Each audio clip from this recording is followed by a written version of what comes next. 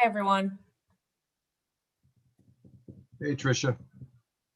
Jason, I accidentally admitted everyone into the meeting. It's all good. I think we're at that time anyways. I wondered what happened. Sorry. I'm having issues over here. Tricia, is everyone here that's going to be here this evening?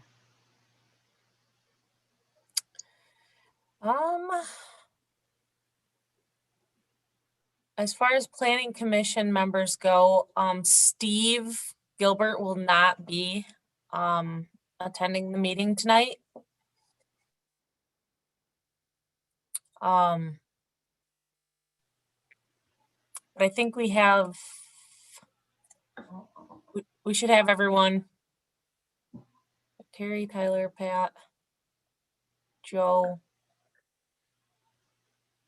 I know I saw Scott in here somewhere. There he is. Jason. Mark. Tom. Got everything going, Tom? Tom Bile?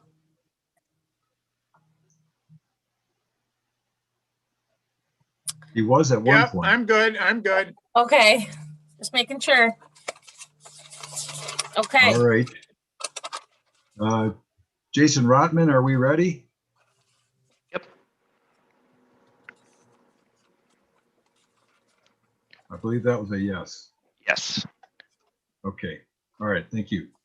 Good evening. I'm going to call a meeting to order of the Walker Planning Commission for the Wednesday, March 3. The first item on the agenda is review the minutes from the February 17, 2021 meeting. Any comments or questions on that? If not, do I hear a motion for acceptance of the meeting minutes? I'll make that motion. Second. Okay, motion by Scott, supported by Tyler to approve the minutes for the February 17, 2021 meeting. Tricia, if you could go through roll call, please. Yes. Terry, Yes. Scott, Yes. Jason, Yes. Joe, Yes. Mark, Yes. Tyler, Yes. Tom, Yes. Yes, Pat, sorry. no problem. I just don't see you on my screen. All right. Okay. Minutes are approved. Next item on the agenda, general public comment. This is an opportunity to express any questions, concerns regarding non-public hearing items and issues not on the agenda. Given 3 to perhaps 5 minutes to speak if you have anything to say.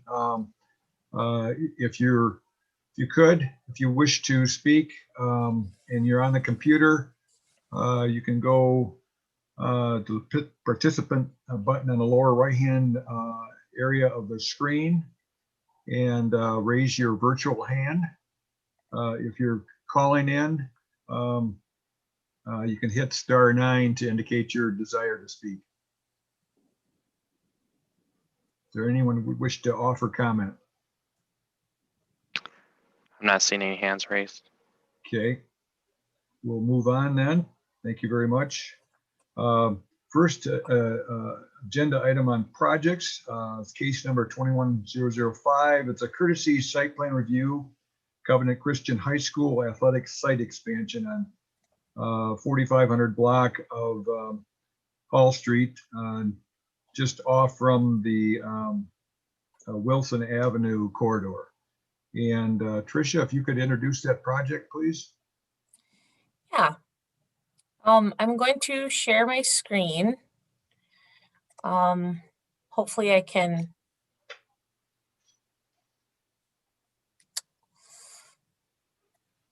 bring up my presentation here.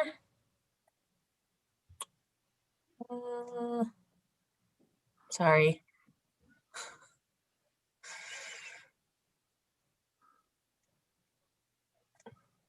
Okay.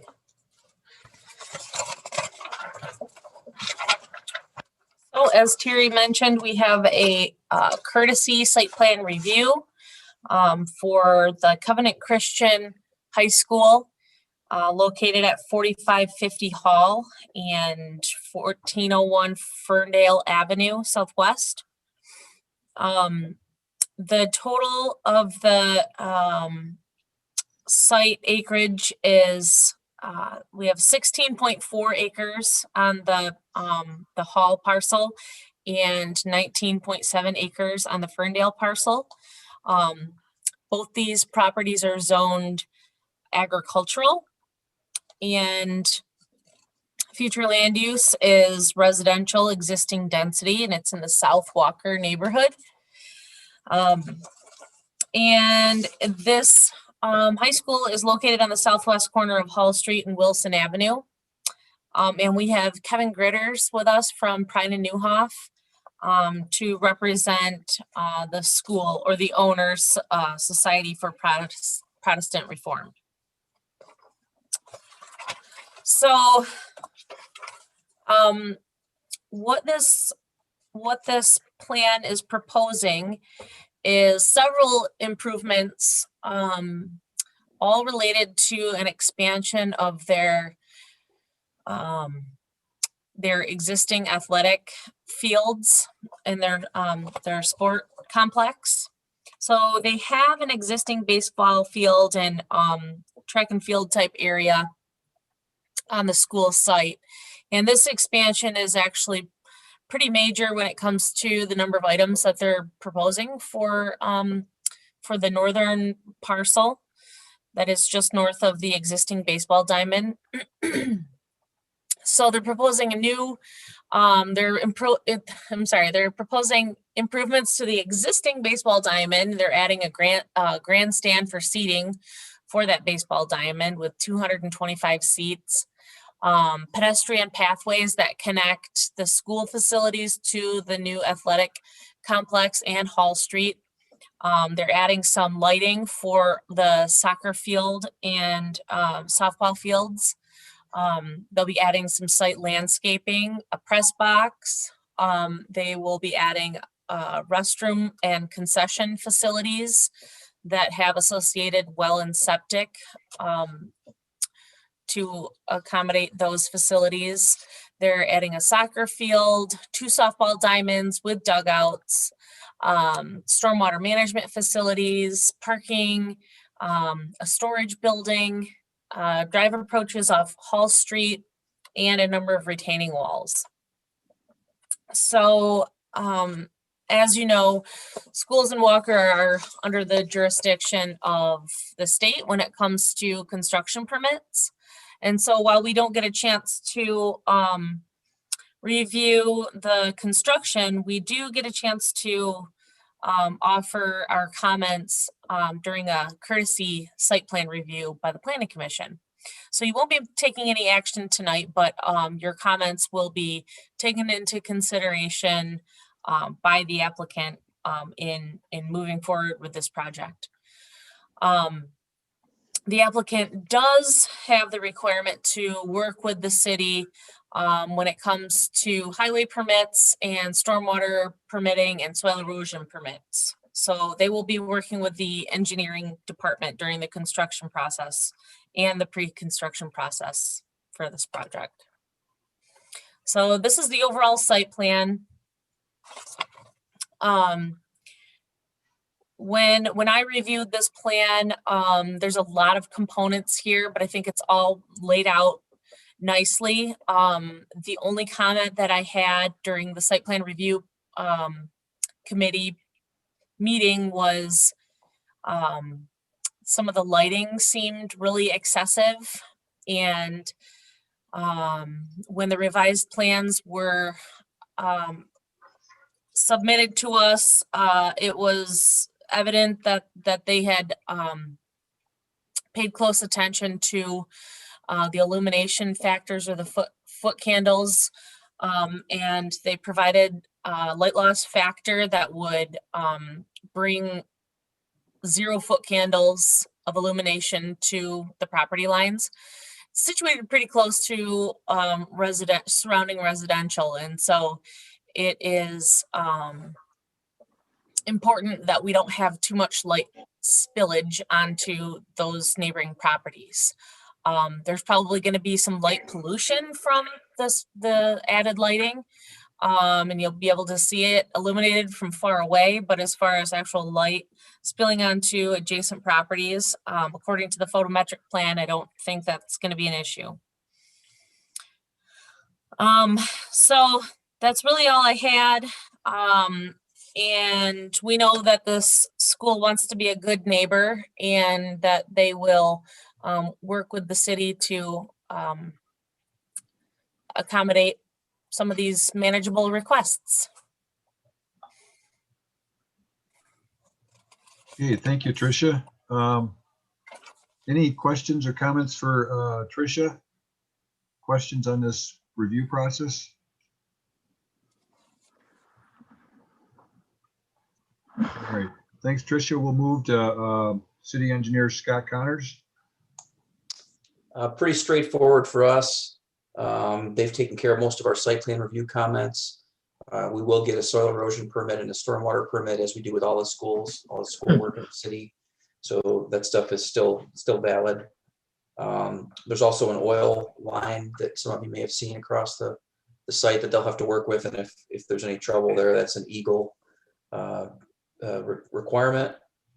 And I think the last thing for us is that it's nice to see a fairly robust parking lot there, because Hall Street is about 22 feet wide total. So, you know, if we get into a situation where they start parking along the street, as you see at some schools around the region, we'll have to, you know, work with them and do something there. But, you know, the hope is that that doesn't happen, and we can keep that, keep the driveways and the road there safe. Okay, thank you, Scott. Any questions, comments for Scott? Can you hear me? Yes, I have a question. I've got one question with regard to the city's plans for future of sidewalk along Hall. Is that in the cards long term? We really haven't had any discussion about that, but I think as we discussed with the developer here, we said that you could kind of loosely consider that the sidewalk they're building along the front of their parking lot could be considered, you know, kind of part of the non-motorized transportation along the road. You know, generally we put that into an easement and call it, you know, public sidewalk. But in this case, because they're so isolated and this is such a rural road, you know, I think we thought at staff level that we could kind of consider that a wash. Okay, thank you.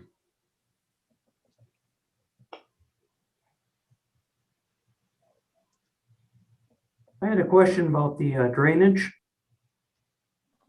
Okay. And is this Mike? Yes, my name is Mike Legmois. I live at 4583 Julian. This property will be literally right behind me. And there's a swamp in my backyard, and I'm curious if there's plans for the drainage to go other places other than that swamp. Okay, that's a good question.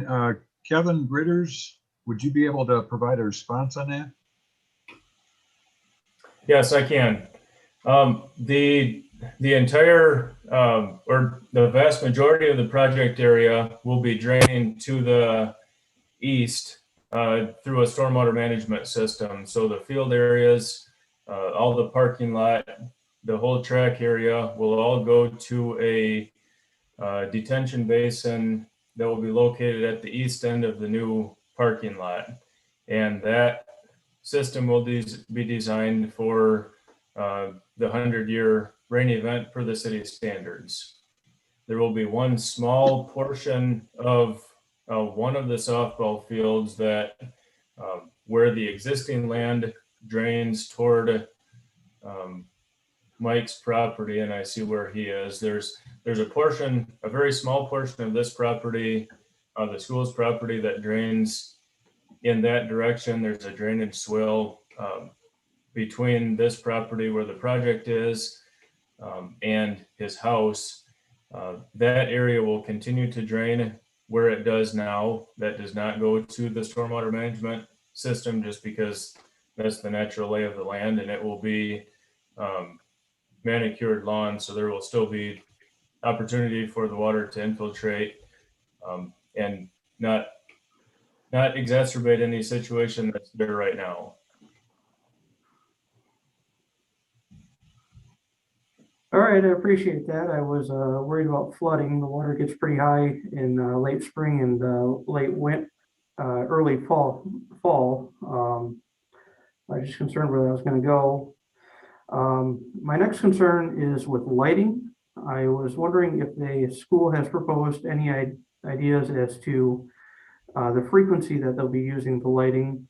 I assume it's going to be for games, but I'm just curious, are we looking at maybe in the fall, maybe in the spring, or are we looking at all summer long? And is there plans to have lights on when there's nothing happening there? Yeah, I can start with that, and then I'll turn it over to Rick Norman. He's on the call as well. He's the school administrator. Just to clarify one thing from Tricia's earlier comments, the school does not plan to have lighting in the new softball fields. So there will be lighting on the soccer field and track, and there will be some parking lot lighting around the new parking lot, and there will be some low-level lights along the walking path between the parking lot and the school facility, but no lights around the new softball fields. So technically that's what will be there. I'll let Rick explain a little bit more about the overall plans for use of the fields and the frequency of the lights.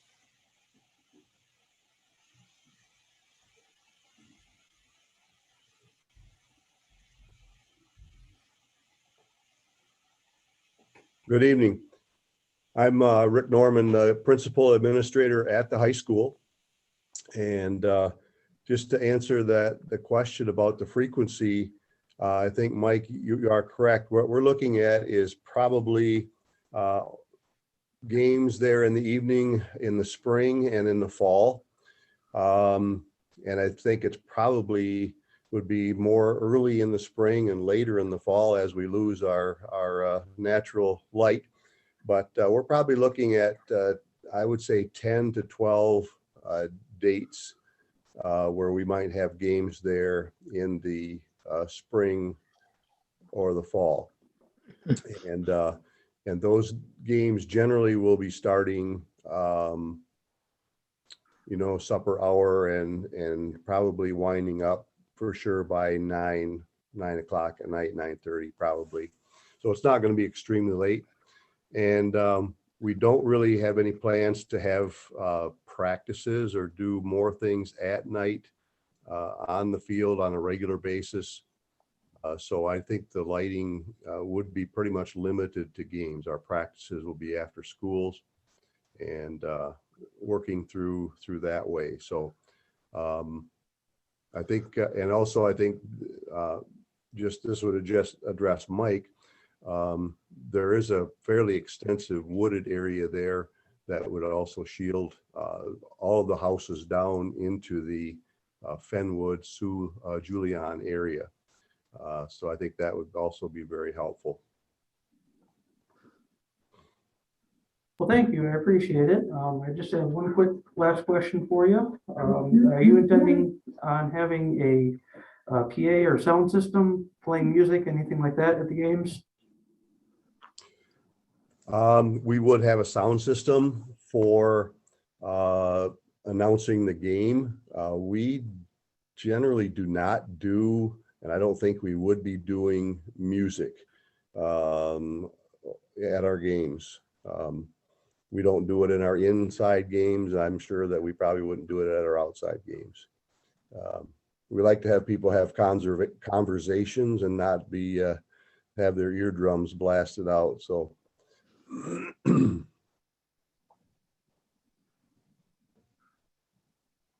Okay, well, thank you very much. I appreciate the info.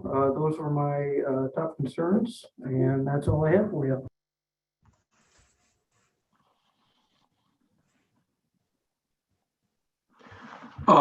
This is a well-run school. A lot of the kids that graduated from there have worked for me, and they do a good job. They're good people, they're good neighbors, and I think they probably is a little low and wet over there, and that, as Mike said, but it looks like a pretty good project from what I can see from. I'm all in favor of it. Thank you, Joe.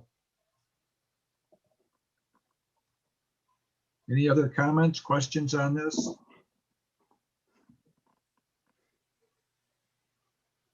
As a courtesy review, I wanted to clarify with Tricia, do we offer any, we just offer comment? We do not take any action to support or oppose, correct? That's correct. Okay. Just one question for Mr. Norman. With two fields here, do you anticipate ever hosting tournaments as you go forward? Yes, I think that would be a possibility, with the MHSAA tournaments, we would host. We don't do a lot of having outside groups come in and use our facilities, so I can't see us hosting, other outside events like that. Most of it would be generally for our own use or the use of the High School Athletic Association tournaments. So I think that would be pretty much the limit there. Okay, thank you. Unless there's any other comments, again, we appreciate the willingness of the Covenant Christian High School to approach us and review this layout with us. And we wish you great success in completing the project and providing great facilities for your community.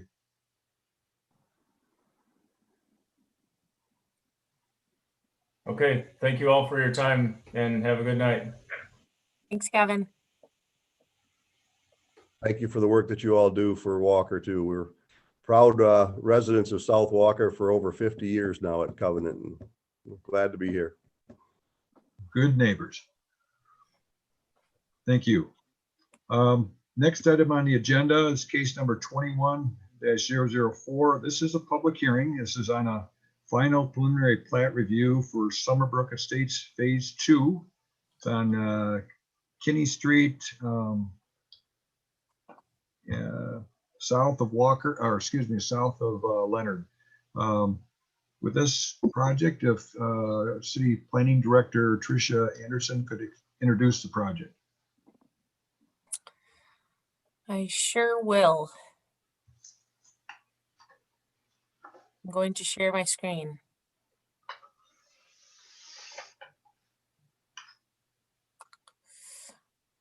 Hang on a second.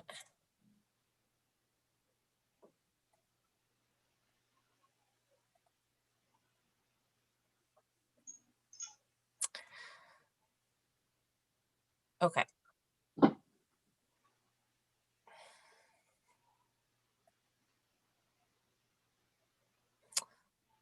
Am I sharing my screen or no?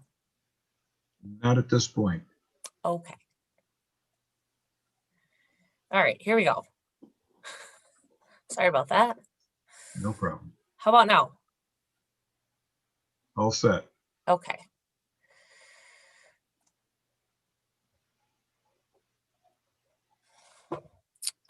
Okay, so this is the final preliminary plat review of Summerbrooke Estates Phase 2. This property, just a refresher, is located at 910 Kinney Avenue. And this phase of the plat is 10.06 acres. The zoning there is SA, suburban residential, single family. Future land use designation is residential growth, 2 to 4 units per acre. So it's on the east side of Kinney Avenue, south of Leonard Street at Thornwick.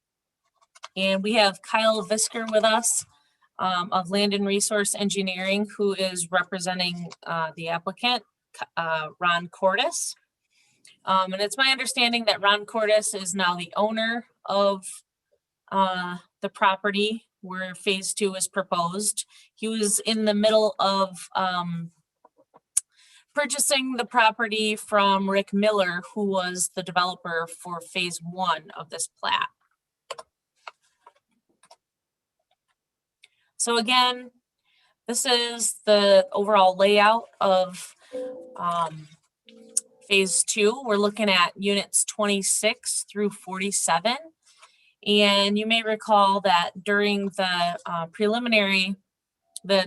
tentative preliminary plat approval or review, we had asked the developer to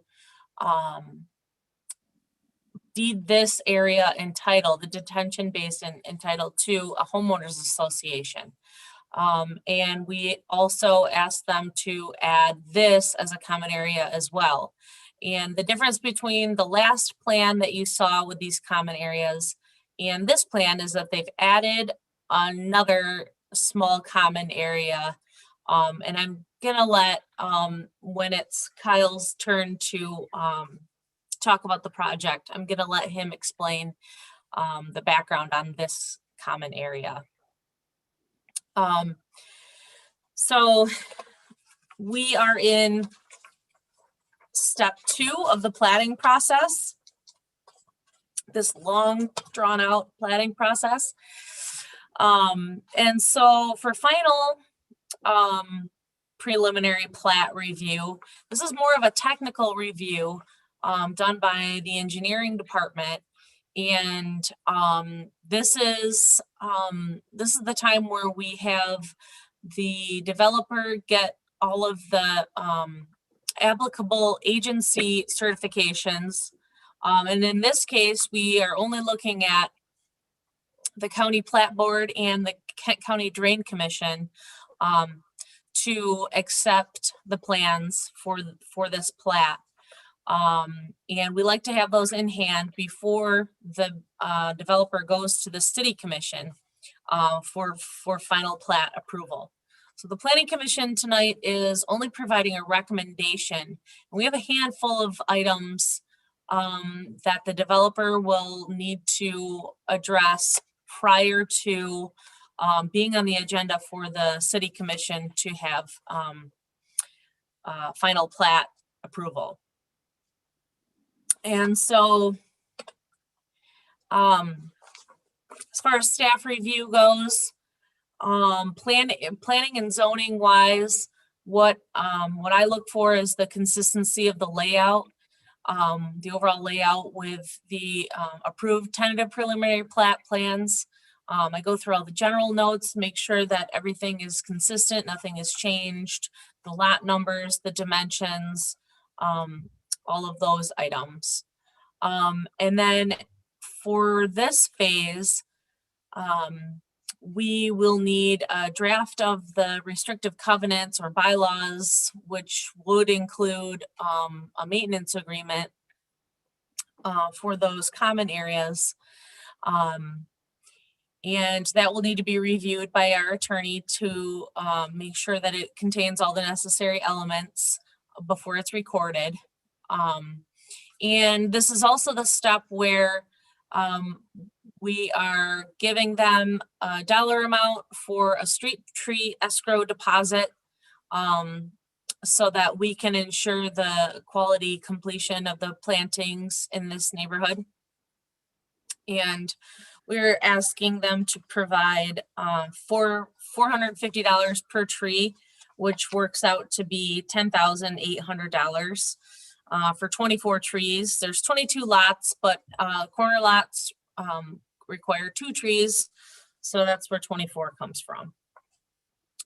And then Scott's gonna go through this stuff in way more detail, but just on the surface, what engineering is looking at is the roads, utilities, stormwater management. And they are collaborating with the Kent County Drain Commission to ensure all of the requirements are met for stormwater. So I think there's a lot more to discuss when it comes to engineering review, but as far as I'm concerned with my recommendation to the Planning Commission, I'm recommending that they forward a favorable recommendation to the City Commission, subject to the 5 conditions noted in my staff report. So we obviously will need the applicant to work with the city engineer to address the items outlined in his February 24, 2021 report. The applicant is also asked to revise sheet 2 so that it says SA zoning instead of S. And the applicant shall submit approval certification from the Kent County Drain Commission prior to the City Commission's review of the final preliminary plat. I should mention that I received a letter from the Kent County Drain Commission today that had some conditions or some items that needed to be addressed before they could provide certification. The applicant shall also submit a draft document for legal review containing plat, building restrictions, and covenants with language that speaks to the responsibilities of the co-ownership of the common areas by a homeowners association prior to City Commission's review of the final preliminary plat. And the applicant shall submit a street tree escrow check in the amount of $10,080. I think I said 10,800 earlier. It's 10,080 prior to the City Commission's review of the final preliminary plat. And so the next steps for this project, I don't know what I just did. Trying to move my, okay. So we will need the applicant to satisfy all the conditions of final plat approval prior to City Commission review. And we will then move to the pre-construction review phase. And then after that, we're looking at road construction. So Scott is likely has several more comments. Okay, any questions for Tricia on her review? Tricia, I've got one question. The plat portrays that there will be sidewalk along all the street frontages, including through the common areas. Is there a specification as far as when the sidewalk is installed on the common area frontage areas? There's in the general notes, it contains a note that speaks to, hold on just a second. I'll jump in for you, Tricia. Those will be done at the beginning. Scott. The common area will get done at the beginning as well as the handicap ramps. Okay. Thank you. Thank you, Scott. There's no other questions for Tricia. Turn it over to City Engineer Scott Connors. So as Tricia said, this is the last chance for the Planning Commission really to see this. So this is the time where we talk about some of the more detailed stuff. It might seem a little bit more detailed than you like at times, but one of the biggest nuisances that we have with plats is like backyard drainage and detention and things like that. So really that's what we focus on here. So if you look through our items, first off, we're a little bit concerned about the drainage in Kinney there. There's a culvert where the inverts seem to point towards a low spot.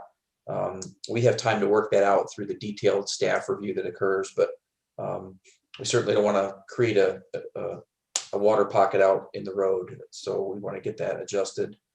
When talking about the backyard grades, This plat and pretty much any plat, but especially here, it's a very delicate design. You'll notice there's a lot of high points that are listed. We've got a lot of storm sewer in this development, which so you'll have some up and downs in the backyards. We want to make sure that all of that gets graded out and seeded, and all those high points are meticulously achieved before any building permits are allowed out there. And so part of that process is that when the road's all done and the grading's done, we'll ask the design engineer, or at least an engineer of the developer's choosing, to certify all those grades to make sure that they're correct, and then they'll be vegetated. So hopefully there's no more dirt that's added or removed from those areas, because making sure that that those swale grades are kept in place is very important. We don't want to have basements being dug and all the dirt pushed into the back and blocking the drainage, things like that. So that's a critical part that we'll take care of, but certainly if you adopt my memo, that'll help. You'll notice there's a chart on the plan that talks about minimum building openings, or MBOs. Pretty comfortable with most of those. Lot 37 is one we were a little bit uncomfortable with. It had a minimum building opening of 738.5, and then there was a private 6-inch drain in the back that was a casting elevation 738.11. So that only leaves you a few inches of freeboard if something happens in those drains, and we get really concerned about those small ones like that. So we want to see that adjusted, and I think Kyle's already worked on that a little bit. And then our last comment was related to that, the drainage from lots 34 to 37. They are, as on the plan that you have at least, they're directed north in a 6-inch private under drain that would go to the properties to the north and those backyards. What we've learned since writing this is that there's no easement on those other backyards. So that's a pretty big impediment for this developer to take advantage of that, that 6-inch line there. You'll notice in our report, we were concerned about the size of that anyway. That's a lot of water. If you think about four more backyards added to the 4 existing backyards there, all in a 6-inch pipe. Those 6 and 4-inch pipes are really put out there for nuisance drainage, so that at the end of a storm, the water can kind of go into those pipes and not be impounded in backyards for days and days. But pipes of that size are typically not used for conveyance of, significant storm events. So Kyle has read that and has worked up some options on how to work through it. I got a quick glimpse of those at about 5:30 tonight, but I think there's still some work to be done on how that'll be addressed. The key there is that we don't want that water to go to the north unless a backyard easement is obtained in phase 1. And there's some history there that Kyle or Ron Cordes may want to touch on. And then Terry, I think it might be wise to take some public comment there as well, because I think some of those neighbors are, obviously very interested in that drainage, and it would be good to hear from them.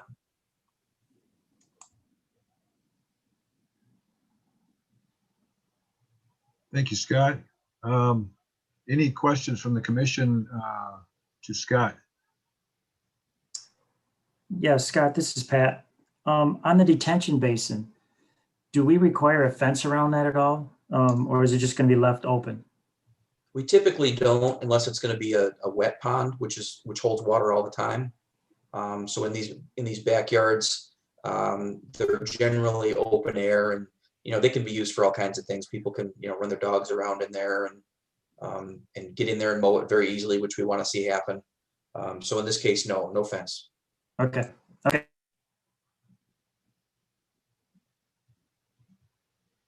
Any other comments, questions? Before we go into the public hearing, if we can, if there's a presentation by the applicant, this is an opportunity to do so. Yeah, thank you. This is Kyle Visker with Land and Resource Engineering. And I don't know, Tricia, would you be able to share your screen to show that additional common area that I can talk about? It might be helpful for everybody to see.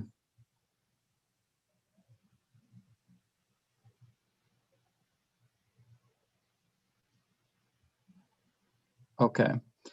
So the additional common area is on the north side of our proposed Thornwick Drive. It's about 18 feet wide.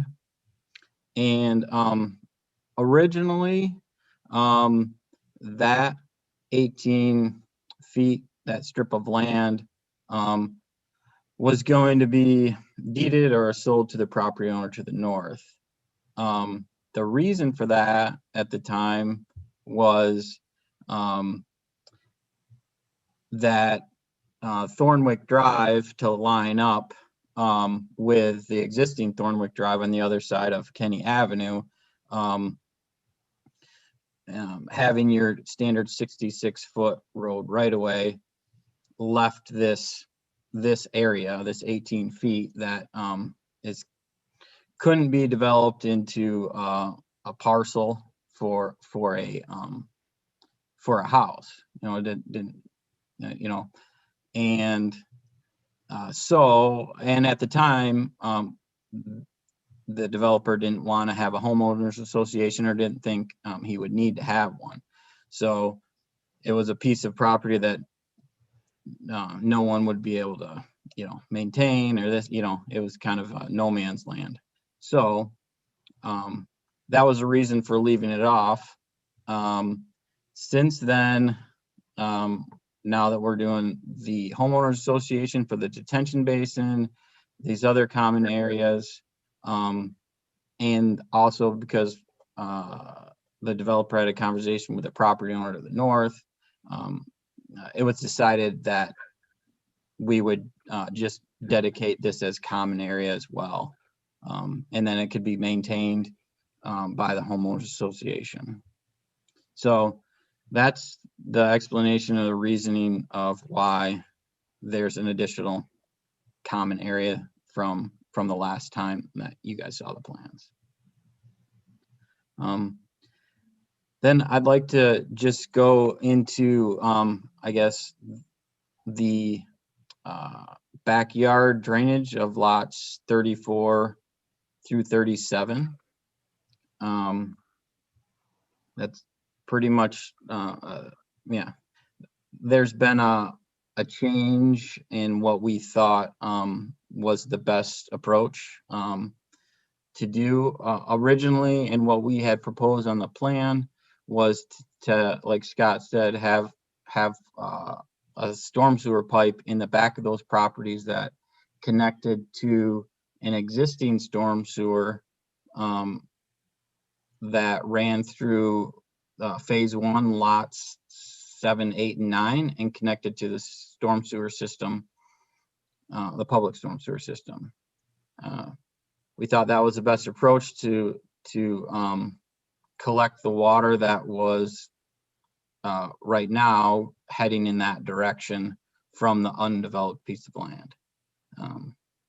But we've since had conversations with the property owners in phase 1, and they don't, it's my understanding they don't want a storm sewer pipe connection to the system that they have. And to do that, we would need easements from them, and yeah, they don't want that. So so we've been talking with the drain office, the drain commissioner this morning, and also Scott Connors, to come up with another approach to handle the backyard drainage without negatively affecting or directing water towards those existing lots. Some are phase 1. And the way we're proposing to do that is currently the topography would take surface water runoff to the east and north. Some of it will head towards lots, the backyards of lots 8, 7, 8, 9, and some will have, some of the stormwater would head over where it says Standale Trail, and it would head that direction, go over the trail, and then on the other side there's a a larger like wetland / detention area where it would end up. And so the plan would be to grade lots 34 through 37 so that it directs surface runoff to the east rather than to the north. To protect the property owners to the north and have an adequate outlet for the backyard drainage of the phase 2 lots. And as Scott said, I just got that kind of revised plan to him before this meeting, so he really didn't have a time to review it. But in general, when I was talking to him in the drain office, in concept, it seemed like it was everybody sounded like that was a good approach rather than the storm sewer system which is pretty much off the table because the property owners don't want it. So I think those are the main two things I needed to address. So I will turn it back over to you guys for any questions. Commissioners, any questions for Mr. Visker? This is Pat. Question, if we're going to drain lots 34 through 37 towards the Standale Trail, and I know on the other side of the trail there is a swampy area, are we going to infringe on the trail itself? Or are we going to think it's going to go underneath that trail over to the other side? Is there drainage over there?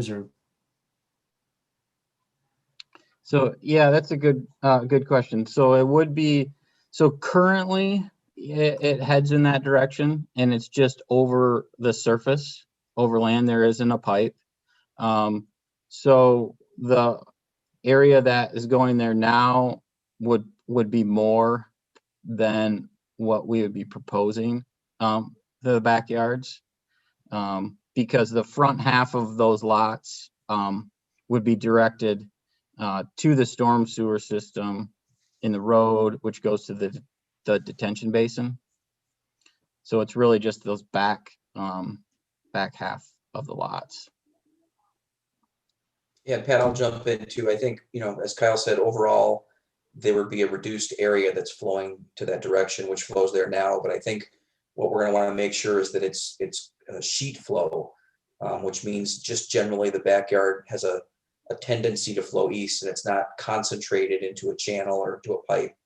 And if that happens, the existing vegetation along the west side of the trail will do a great job at slowing that down. And then in the big events, you'll have actually less water going that way than you had before in theory. But we will, there may be some challenges, I think, in looking at the minimum building openings, because we don't want to leave any pockets in there. So they may lose some walkouts that might have to become daylights or even traditional basements in order to bring those backyards up high enough so that we don't leave behind water pockets, because I think that's how we got in trouble last time, because those little pockets tend to grow, and we're going to want to make sure there's plenty of grade to get to and across the trail safely. Thanks. That's probably something we want to look at also during construction, because that could be quite a bit of soil movement that we don't want to leave the site that gets onto that trail. If that's not done properly.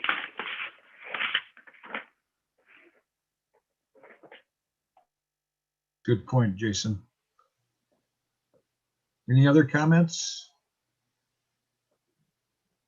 If not, this is a public hearing, and entertain a motion to open the public hearing. So moved. Moved by Joe, Support, Pat. support by Pat. Tricia, if you could go through the roll call, please. Harry, Yes. Scott, Yes. Jason, Yes. Joe, Yes. Mark, Yes. Tyler, Yes. Tom, Yes. Pat, Yes. Okay, the public hearing is opened. I see a hand being raised by Ryan. Good evening, fellow planning commissioners. First, want to say thank you to you guys. My grandfather served as a planning commissioner for over 30 years, so I respect everything that you guys do. I'm here with Aaron Cross and my wife behind me. I own Lot 8 on Phase 1, and Aaron owns Lot 9, correct? So, ironically, last summer, I've been working with Scott's team on the city, Travis, the assistant engineer, on trying to solve the water issues in our backyards. I've been primarily concerned about water, and hired Ron last year to basically fix 3 yards back here. Just to give you guys some background, living here, it was absolutely miserable to start grass and all the landscaping.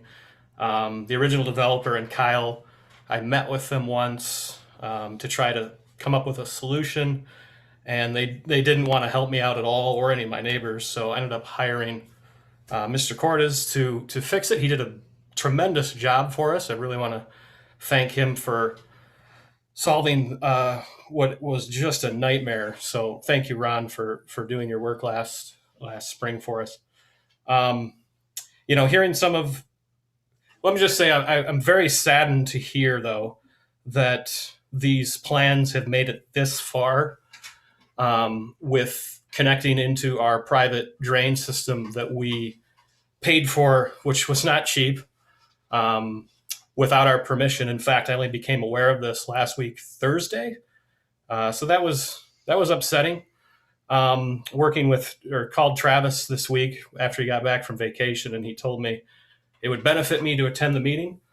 And to hear that the plans have only just been reworked as of today or something, I mean, that's sort of very interesting to me that it made it this far, assuming that we would be on board with signing easements and stuff. That being said, the way that I was told Phase 1 was supposed to work was that all these yards would drain through the trail. And Travis was really helpful getting me to understand some of the issues that occurred during Phase 1 that I think are still relevant. And that is that the yards along this side by the trail were supposed to originally drain into that wetland area. The problem is, through this whole area, there's the consumer's energy that runs through there, and the plans that were originally drawn for Phase 1 were made before the trail was constructed. So basically it created kind of like a berm, which ended up putting a lot of water in our backyards, making them almost unusable. It was a very wet year, the first year we were here. And it's just, as we all know in Walker, it's a lot of clay and a lot of wet. So to hear that the potential solution is for these things to drain into that wetland over the trail, I'm just going to tell you firsthand, it's not going to happen. And I'd hate to see new property owners have to deal with the hell that we've went through to get this fixed, because one, that consumer's energy section is really difficult to deal with. It's higher in some areas than the yards. I think it would work, but the grading would really have to be done correctly, and it was not done well in Phase 1. And there was a lot of people pointing blame at the original builder, Rick Miller, Consumers Energy, as well as the developer and the builder. So we were left high and dry and had to fix it ourselves. It was painful, to say the least. And then again, just to see that we have a 6-inch. Ron put in a 6-inch drain that it works great for us 3, but I agree with Scott in his assessment that I don't think that would handle a widespread rain event. And living here, I can tell you that these lots are wet. And if these don't have a better solution than just, I hope it drains over the trail, I think you're going to be in trouble. Anything else? No, I agree. Also agree. Sorry to ramble. No. No, appreciate your comments, your perspective. With that, just have a question to Mr. Visker and I guess to Scott as well. Given the experience right here, what Kyle has described thus far, is that going to require some grading easements into the consumer's energy property in order to make it happen?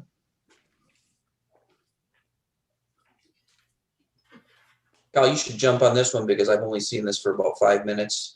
And I think there was some data that I'd still want to see on your most current plan. Obviously, we'd want to put that through some critical review. Yeah, the plan that I put together for Scott shows that it will go over the trail without grading onto the property consumers. So that, that's what we're, proposing at this point. But I'd like to get. Sorry to interrupt. Are you guys full? Do you understand the grading that's on consumers though? That was the problem we encountered, is that it's higher because the phase one only surveyed to the lot lines, not past.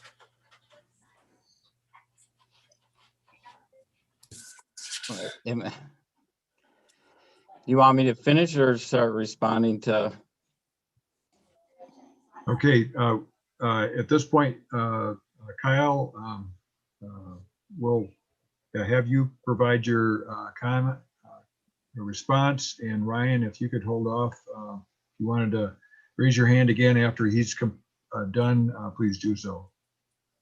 Thank you. Okay, yeah, so no, we put together a plan and I'd like to get Scott's input. I don't think it's not a slam dunk that it's like, yes, you have to get a grading easement or no, you don't. What the plan we put together does not include grading on the consumer's property. So that's where we're at right now. But yeah, like Scott said, we need to look into it a little bit further, have input from him and the drain office. And I'd like to point out that the way this process is set up, that there's a recommendation that's going to be put together by the Planning Commission this evening to go to the City Commission. And given that subsequent time period, it would provide Scott Connors additional time to evaluate the proposal and to work. And I think we'd word the motion to allow him to work with the project engineer to come up with a solution that is supportable for the City Commission when it gets to that level. I think as you're thinking about that too, you may want to decide to consider adding the Kent County Drain Commission into that motion because they have kind of the first right of review when it comes to plats in Michigan. We're kind of more of a safety net looking out for the residents and things. And I'd like to think we've got the local knowledge and the institutional knowledge, but they are the primary reviewer of drainage within a plat. Thanks. I have that built in as a condition prior to City Commission review. Very good. Any other comments from the public? Again, if Ryan, you'd like to be recognized again, okay? Yeah, apologize earlier. I'm used to interjecting in regular meetings, so I'm so sorry about that. Again, I just say that the concern really is that I've heard this before. I'll tell this to the Planning Commission is that they're not surveying past the lot lines, and the grading is a concern over here. I've lived here for 2 years, and I can tell you the water doesn't go anywhere. It needs somewhere to go. And if it's more water into my backyard, I tell you, you're going to hear from me. Scott, Travis is going to keep coming to you and saying, Ryan's calling me again. So I just hope you guys take this serious, address this. It took a lot of work, and I'm telling you, thousands of dollars to get my backyard usable for my kids to play in. It's not a very big yard. And I just expect more in the 21st century, you know, with all that we know and do. And the excuse given to me by Mr. Visker and Rick Miller on phase 1 is that they don't look past the lot lines here. I had an unfriendly conversation with him in my front yard trying to get information the first time to solve this. And it's kind of a berm out there. And to think that vegetation is going to stop the water, this is pure clay. I've never seen quite anything like it. And you dig about a foot down, you're in water. It's a very low lining area, very, very wet. I think the phase 1 did an excellent job on the other side of the street. And from what I can see from the plans, being very uneducated about this, no admission that I know much about this, but it looks like the rest of the development has been very well planned out. I would just caution again to take these 34 through 37, I believe, very seriously and look at how these drain. And I think it'd be unfortunate if it somehow floods my backyard more. So that's all I have to say. Okay, well, we appreciate your comments, and I believe it underscores the importance of it. And I think it's recognized by the city engineer's office as well as the developer. And I think it'll be reflected, I think, in the recommendation going from the planning to the city commission. Thank you again. Hey, Terry, this is Pat. Just a question to tag on to Ryan's comment. Is there a 30-foot easement on the back of those properties that butt up against the trail? Do we know? Because I live on the other side of the trail, and I have a 30-foot easement that basically water runoff, and I get a ton of water in my backyard as well. But it's one of those things that it's just something you deal with because it's just natural progression of the water. I just wondered if there was one on the back of those properties, because I've been down that trail and I've seen those properties, water just running off from the street down in the backyard. And part of me wonders, I always felt bad for them because, trying to put a yard in, but if there's an easement back there, then there really isn't much you can do. But is there an easement? Does anybody know? I'm trying to look at the plans here, but that's just for phase 2. I can't tell. I'll jump in here, Pat, because maybe a little historical perspective might help. So I think when phase 1 went in, and Ryan mentioned that the survey was done and the project was designed, and then the project was stalled, after which time the trail went in. So there were changes out there that were fairly significant. And they did not go back and do a new survey. So there was an error in the design where I think the development was intended to flow by sheet flow, kind of straight off the backyards, straight into the low areas, which is not super common, but it happens from time to time. If there was going to be more of a perpendicular flow in the backyards where there'd be a swale and collection points, then like your plat, we would have had those drainage easements in the backyard. So that's a pretty standard thing where if you look to the west, there's drainage easements in all those backyards where you've got storm sewer and things. This lot 34 to 37, and then the lots on the north side there in phase 1 are a little bit different, more of an anomaly where you're adjacent to undeveloped area or something like that. So that's why there's no easement there. I think if we'd have known then that the solution was going to be to have a piece of drain tile in there, then there would have definitely been an easement there. Okay, thanks, Scott. Any other public comment? Jason, do you see anybody on the participant list that's looking to be recognized? No, well, we had one person join by phone. If you want to talk, you gotta do *6 to unmute.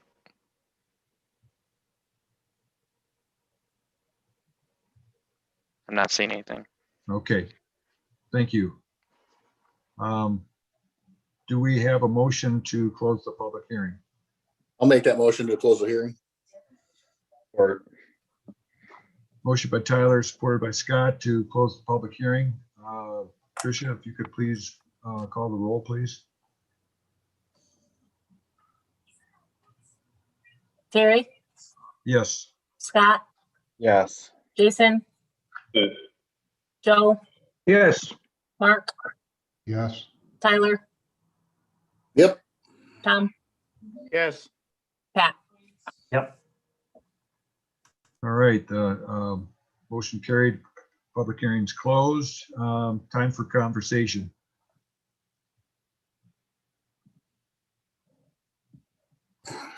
Well, I guess I'll start off. I guess I'm a little bit concerned.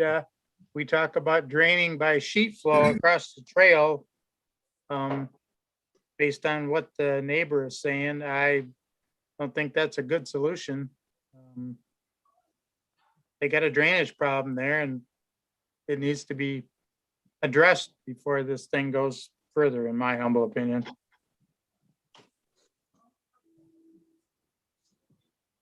Mr. Chair, I would back Tom up on that one. That's my really only concern right now is to listen to the neighbors. That's bad. We got to work harder to not let things like that happen. So I'm with Tom on that. There has to be a solution rather than just, oh, might do this or might do that. Thank you, Tyler. Tom, any other comments?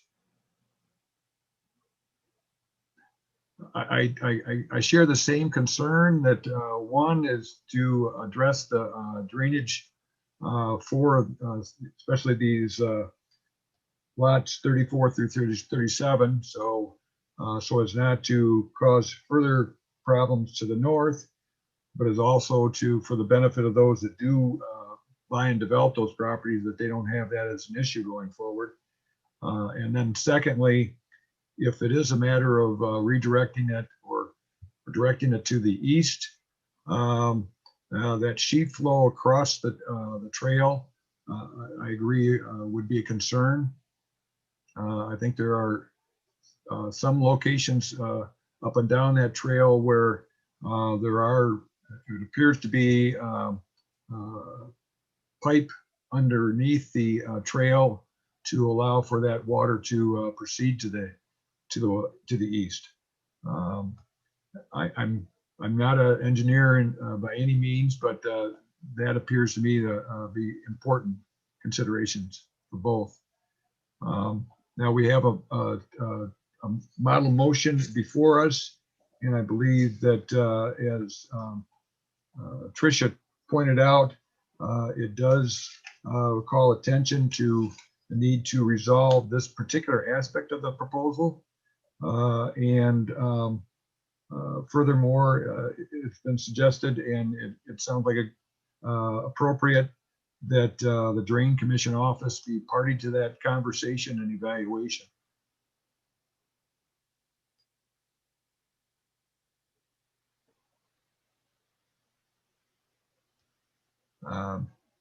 At this point, we have the option of putting together a recommendation to go forward to the City Commission on this project. We do have the option of actually tabling action on it and to await for the resolution of this. I guess it comes down to a matter of ultimately having the project engineer, the city engineer, and the Drain Commission put their heads together to come up with a solution that resolves it. And whether or not we hold up our recommendation pending that, or whether we offer move this to the City Commission with that as a condition of approval.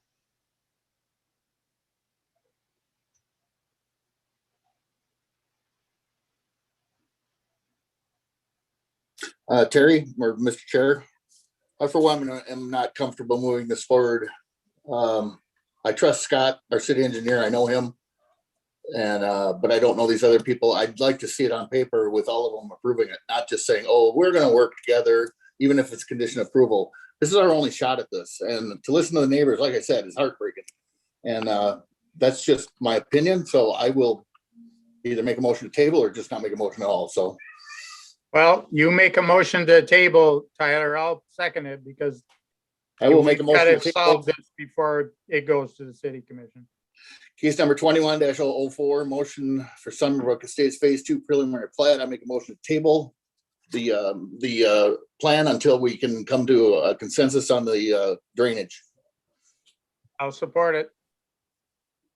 Okay, we have a motion support to table action to allow the applicant to work with the city and the Drain Commission to resolve the drainage issue. Unless there's a question about that, we'll move forward and go through a roll call vote. Tricia? Harry, Yes. Scott, Yes. Jason, Yes. Joe, Yes. Mark, Yes. Tyler, Yes. Tom, Yes. Pat. Yes. Okay, so in this case, we're going to be tabling action. I don't know that we'll be able to do so to a date certain, correct? Scott, Tricia? I think it would be best to, instead of set a date now, we work with the applicant to address these issues. And then once we feel like they're ready for a conditional recommendation, then we will put them on an agenda. Okay. Yeah, this could be a 2-week fix, or it could be a 2-year fix, depending on, what the solution is, because the property out back is Consumers Energy, and that's a fairly large bureaucracy. So if it ends up being that they need to put a pipe through there, it may take some time to work through that. So I don't think it's safe to just say the next meeting. Okay. And I would agree with those comments, Scott. It could, if they got to put a pipe under on Consumers, it could take a while, but I don't think we're doing the neighbors any favor by saying, just, approve it and quote, they will fix it. Okay. So, again, Tricia, if it's going to be brought up at a later point, we will renotice that to the neighbors. Yes. Okay. All right. Very good. I mean, we're holding a public hearing now, and so this is that part is being taken care of now, but we send out a courtesy notice anyways. So neighbors will get notice. All right. Very good. All right. Well, thank you very much. We'll move on now to the next item on the agenda. Case number 20-882. This is as well a public hearing. It's a request to rezone property in the 3100 block of 4 Mile Road from AA to IPUD, and with the IPUD rezoning request is a preliminary area site plan review. And this is being offered by Great Lakes Capital. Tricia, as city planner, could you introduce the project, please? Yes. So I don't know why I'm having such a hard time with this today.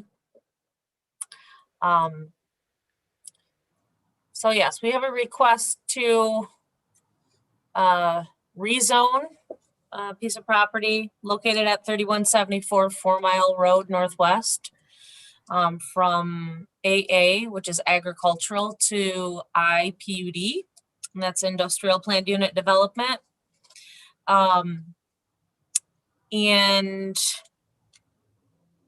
we also have the plan, or we also are reviewing the planned, the preliminary area site plan at tonight's meeting. And I just noticed a typo in my report. So again, this is PASP review and rezone request from AA to IPUD. The lot size is 16.5 acres. 16.15 acres. The zoning district currently is agricultural. Future land use designation is business, and it's part of the Northwest neighborhood cluster, and it has a community character designation as enterprise. The general location of the project site is southeast, at the southeast corner of Hendershot Avenue and 4 Mile Road intersection.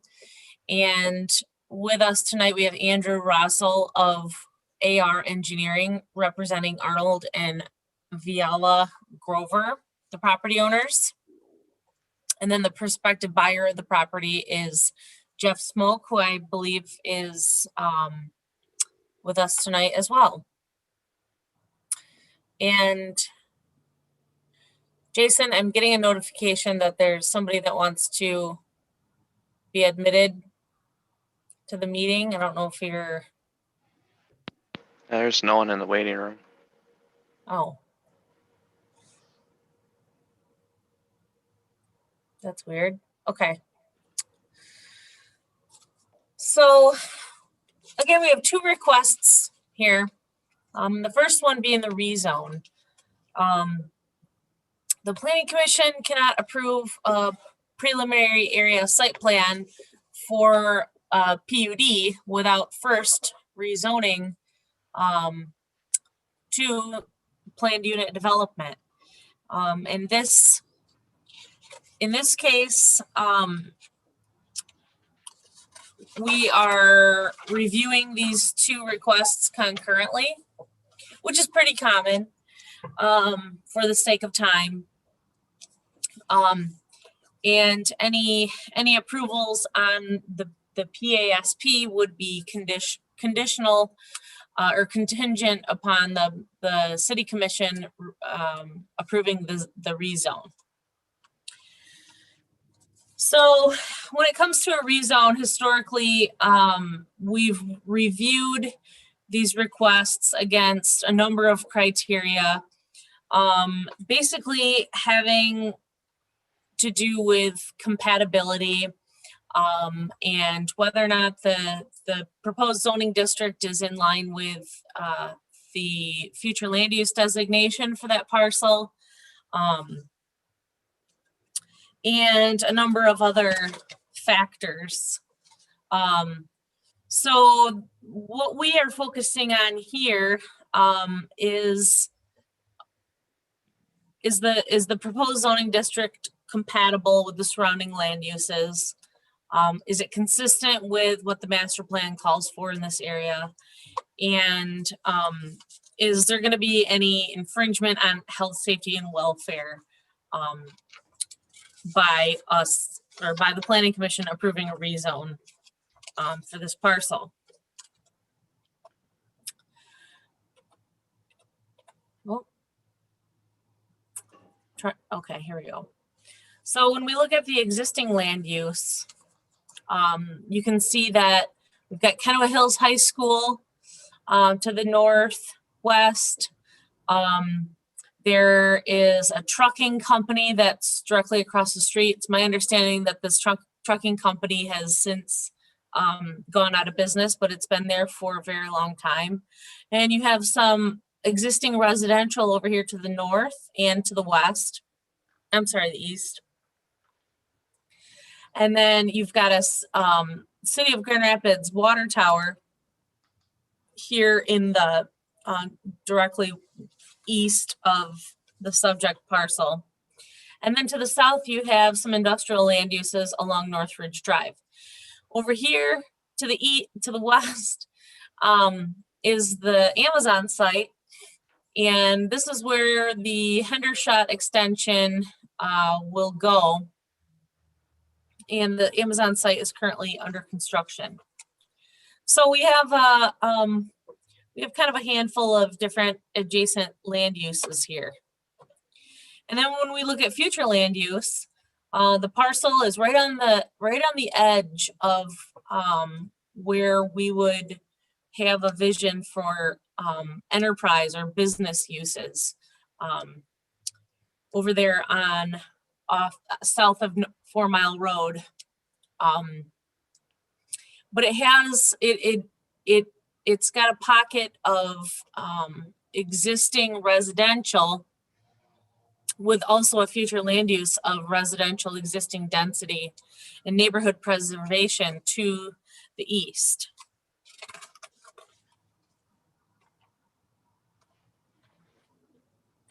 Oh, let me back up. So when we talk about compatibility and consistency with the master plan, you'll find that yes, the proposed zoning district, industrial planned unit development, with uses that are permitted in the light industrial district, those are uses that would be permitted on that parcel.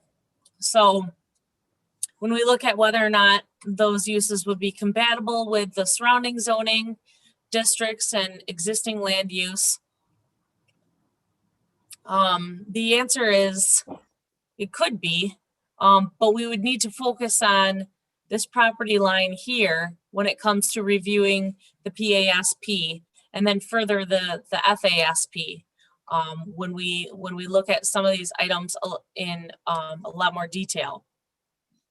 And so I think that the two requests, the rezone and the preliminary area site plan, have a lot of points that are related, and particularly when it comes to compatibility of land uses and whether or not this property line, even though it's got a tiny little buffer of this driveway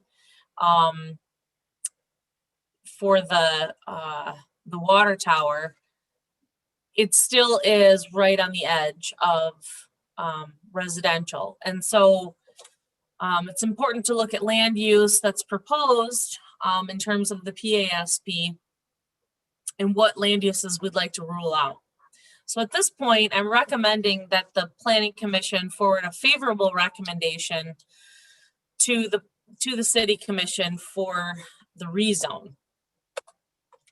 And I've included some findings in my report, which I'll get to shortly. So with the other request for the preliminary area site plan review, all of the review criteria is listed in section 94-213, part 2. And so with the information that the applicant has provided, we know that the following improvements are proposed. A 216,000 square foot industrial building, and an approximately 60,000 square foot expansion area that would be phase 2. Looks like I have those flip-flopped in my slide here. They're proposing parking and truck docks, and then they've got a future phase 3 that proposes some trailer parking. They also are proposing some stormwater management and signage.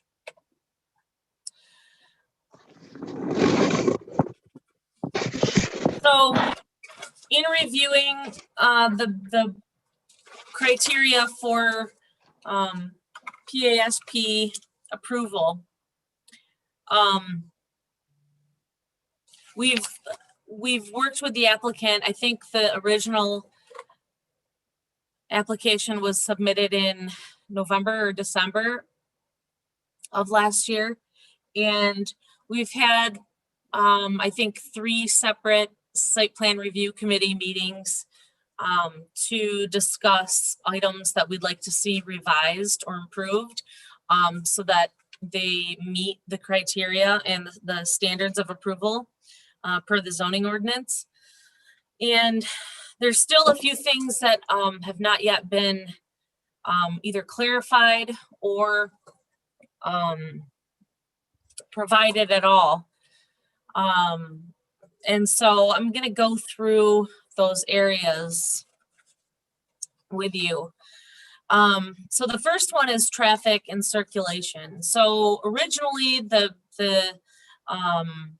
site plan showed an approach out to 4 Mile Road, and we said there's no way that's going to be supported by staff or the Planning Commission, especially with Tom Bile. And so the applicant was able to rework the plan to have 2 curb cuts onto Hendershot.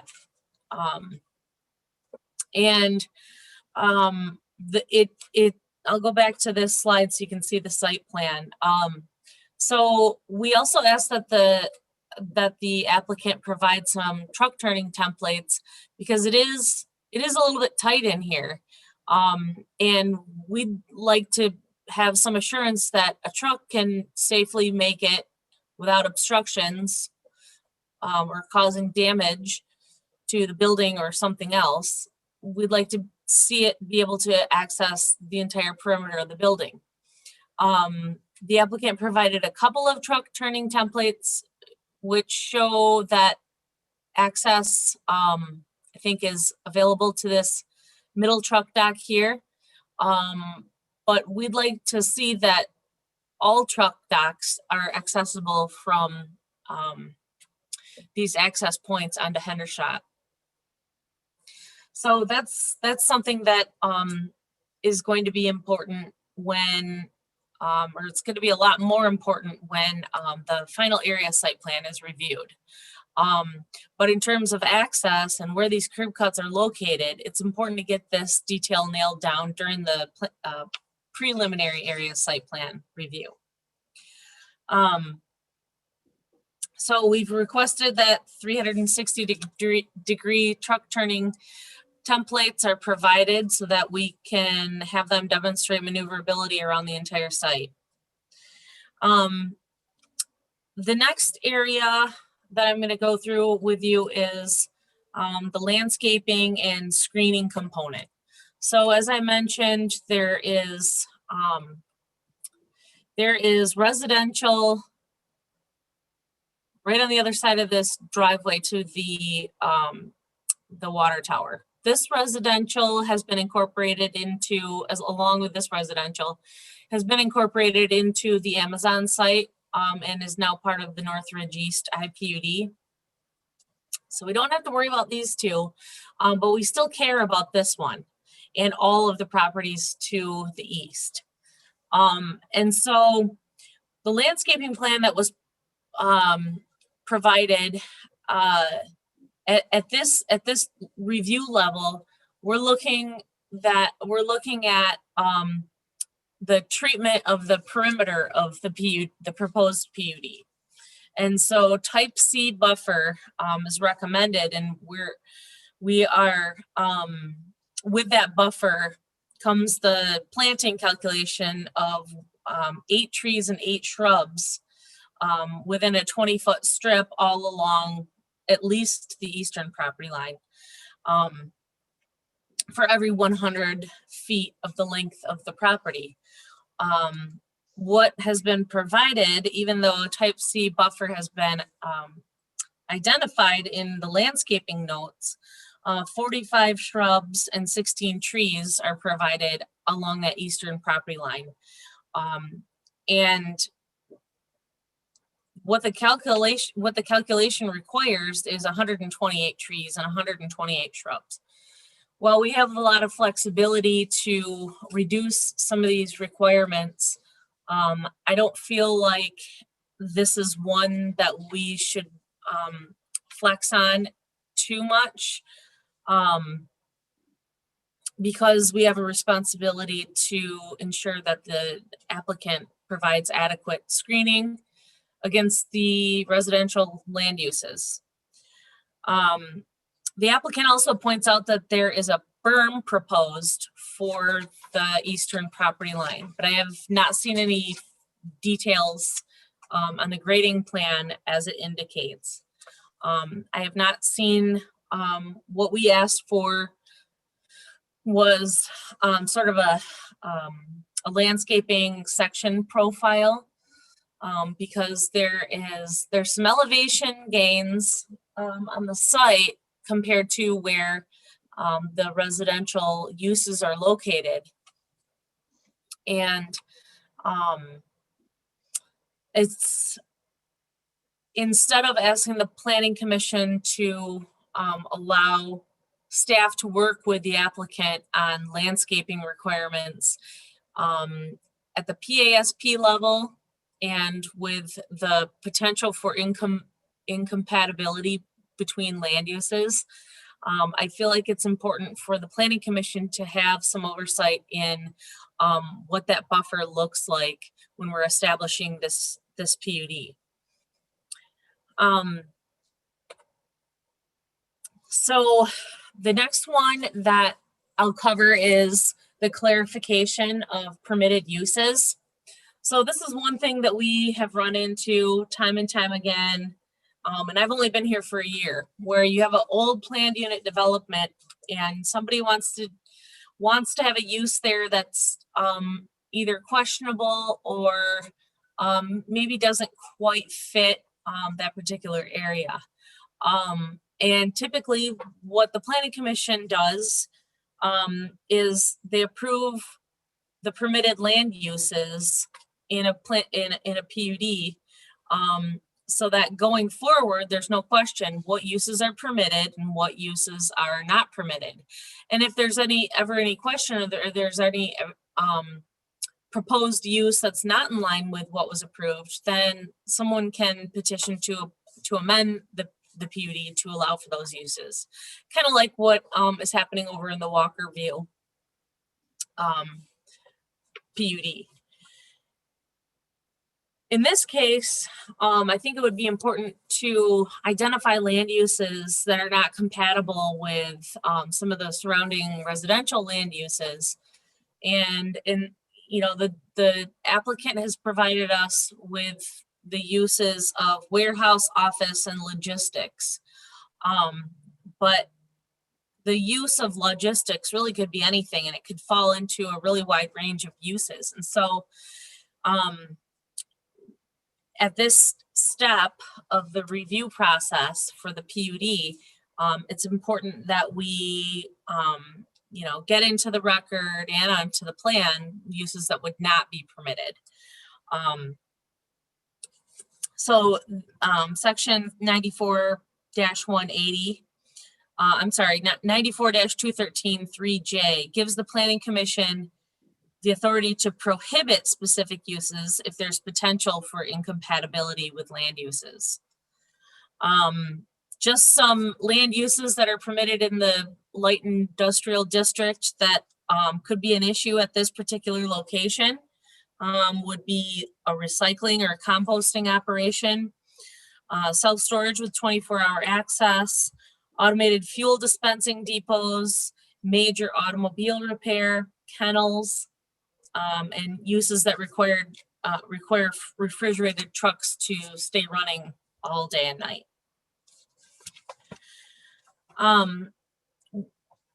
We also have talked about the building height. It was originally proposed at, I mean, the note says 45 feet. The maximum building height is 45 feet. The elevation drawings, which would get ironed out further in the final area site plan, but that shows a different building height. I want to say it's 38 feet.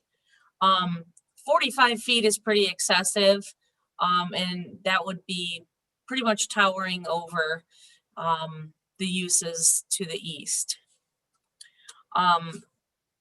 And so a couple other things, I've asked that the entry, it should face 4 Mile to give it give the building a recognizable front. Right now it faces the east side.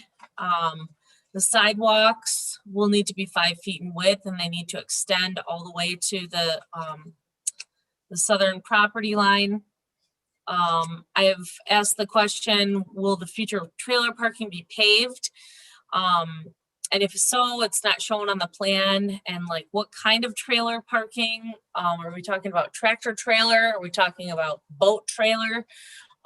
We don't know exactly what that entails. And the other thing that we need to have solidified during the PASP process is signage. I think their original plan proposed a pylon sign. That's not generally acceptable in this area, and so we've asked that a ground mount sign be proposed instead. But we, you know, if there are any other additional wall signage allowances that they'd like to request, then this is the time. And we don't have any signage details.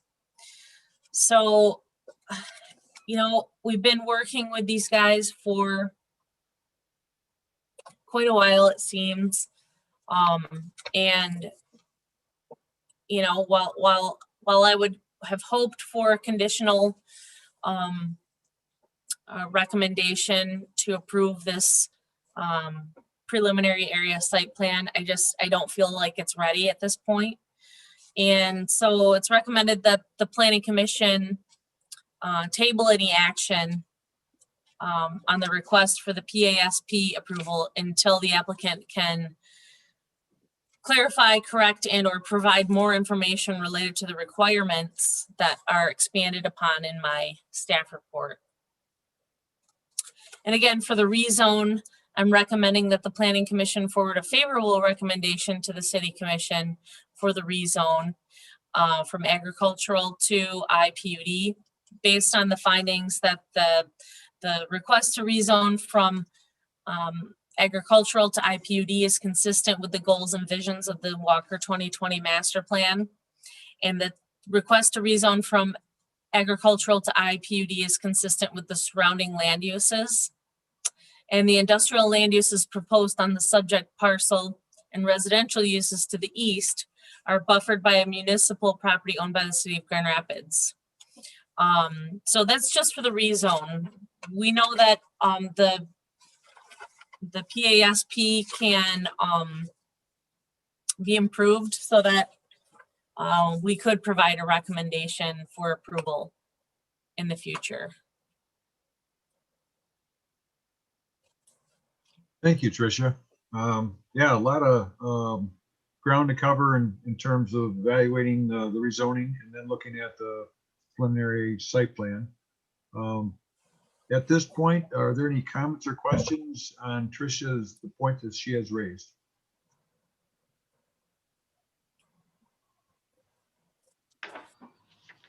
Okay. I do have one question. So they're looking to go to an IPUD zoning classification, correct? Yes. The property immediately to the west is already zoned IPUD. Obviously, yes. A separate plan, but it is zoned IPUD as well. Yes, it was recently just rezoned to IPUD when it was incorporated, when you reviewed the amendment to the Northridge East IPUD to for the configuration of the lots, the reconfiguration of the lots to allow for the Amazon site. I'm just curious, under the IPUD zoning classification, is there a minimum lot size and lot dimension? No, there's not. Okay. I'm looking at in particular the northwest corner of their site. There's an exception there, and as I understand it, that's actually owned by Amazon, and it's currently vacant land, but it's a portion of that property will be bisected by the street extension, and it would look like it would leave a lot, pretty much of the dimension that's portrayed on the plan. Again, it's an exception from this site, but it's kind of catches your eye when you're looking at development of the overall properties, given what's been laid out thus far for Amazon, what's proposed here. Are there any other comments or questions for Tricia? If not, thank you, Tricia. We'll turn this over to City Engineer Scott Connors. Yeah, one quick warning from me. I've got a dog at the door here barking and chewing on a bone. So if you hear some activity, there is a door. I'm okay. Don't call 911. I'll just keep talking. I'm really staying away from the zoning comments. I think Tricia really covered that well. I'll focus in on the PASP plan, which of course is recommended to be tabled, but I think there's some good comments in here. And just a warning that, we're not going to get into any detailed stuff here. We've provided, I think, 3 levels of review already for this project from the various concepts and things. So we provided a really extensive review, assuming this was a site plan review during our last attempt. So this is very much scaled down to just talk about some general utility stuff and things like that. So with that, the project on the cover sheet is called or referred to as Walker Ridge.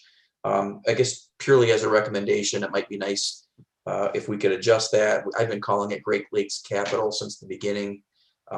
We do have a Walker Ridge project just to the east off of North Ridge where the old Grand Rapids Press is. So from a record keeping standpoint, that can get a little confusing over the years, but as long as there's an address, it's not the end of the world.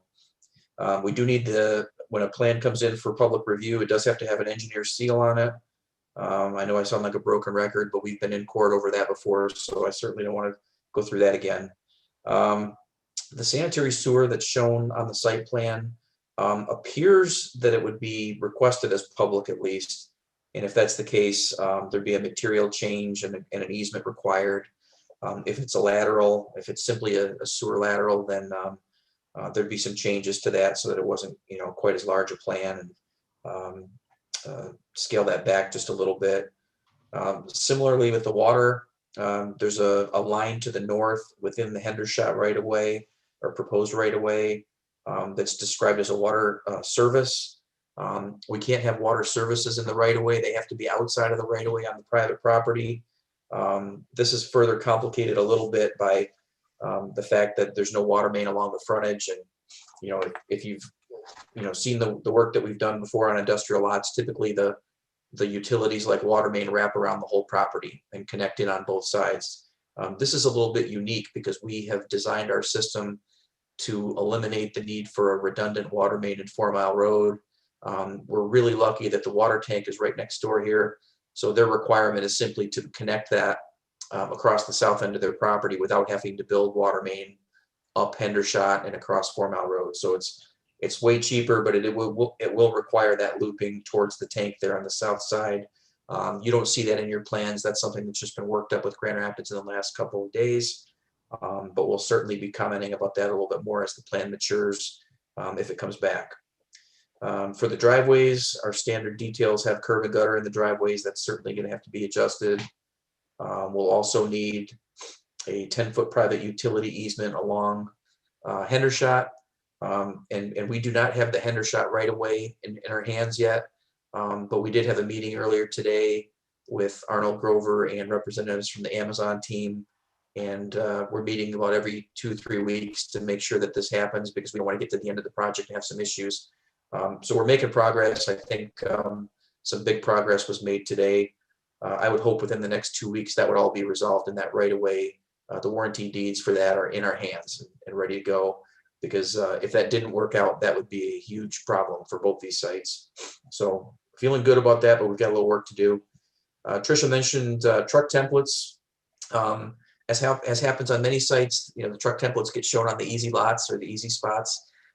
We really want to see the templates on the rear of the building or the east side of the building to make sure those work. And I think those southern docks as well are a little bit tight. We don't want them to show using the driveway backing up from the public street, especially that close to a traffic signal and that close to a busy distribution center. So we've got to make sure those movements can take place on the site. And then really the last issue, which is probably the biggest one for me at this point, is the pond, the stormwater pond to the south. That will be very critical here because this entire site, practically the whole site's going to be paved and rooftop. So it's going to generate a lot of water. What's shown on the plan now is a retention pond as opposed to a detention pond. So detention means that the water is simply detained there for a short time and then let out through a metered pipe so that you can kind of mimic the natural flow from the site. A retention pond implies that the water is completely retained and put back into the soil through infiltration. That's tough to do in Walker, and you heard a resident earlier today talking about our poor drainage with all the clay. We've only had one retention pond in the last 20 years that didn't have an outlet, and it failed and turned into a lawsuit. So we're a little gun shy about that. I think when you look to our neighbors over on the east end of town, where I'm on the Grand Rapids Township Planning Commission, we've got another one over there behind the D&W at Knapp and Grand River, where sadly there's a large semi that goes from their detention pond and drives down to the Grand River trip after trip after trip because they had a retention pond designed that failed and didn't work. And if you can imagine the cost of doing that kind of remediation to keep things moving. It's a lot. So I think we're going to be recommending against having a retention pond there.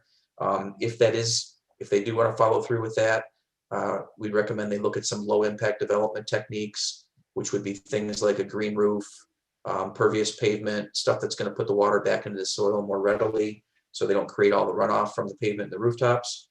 And then a pretty extensive soil diagram of what the soils look like in that area and how that's going to be treated. So, the engineer can certainly talk about that some more, but our familiarity with, the institutional knowledge of this area, I think, is pretty important when it comes to possible retention. So that's it for our report. Thanks, Scott. Any comments or questions from the commission?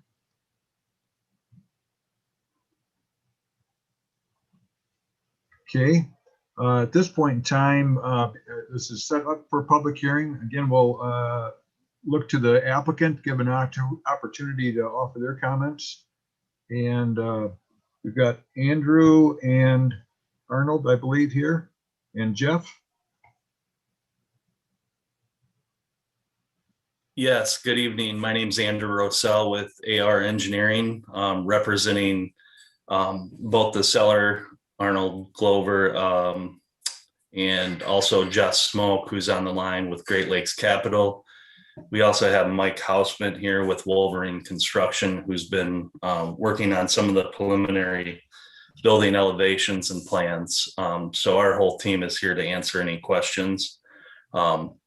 I guess to start out, just to give a little bit more of an overview of the project. I don't think it was mentioned, but this is a spec building. So what Great Lakes Capital does is builds out this building as more or less of a white box, and then finds a tenant for it. And Jeff can kind of speak more to that, more so than I can. But what we're proposing in phase one would be a 16,000 square foot building, and then with the potential for the phase two building expansion of roughly 60,000 square feet.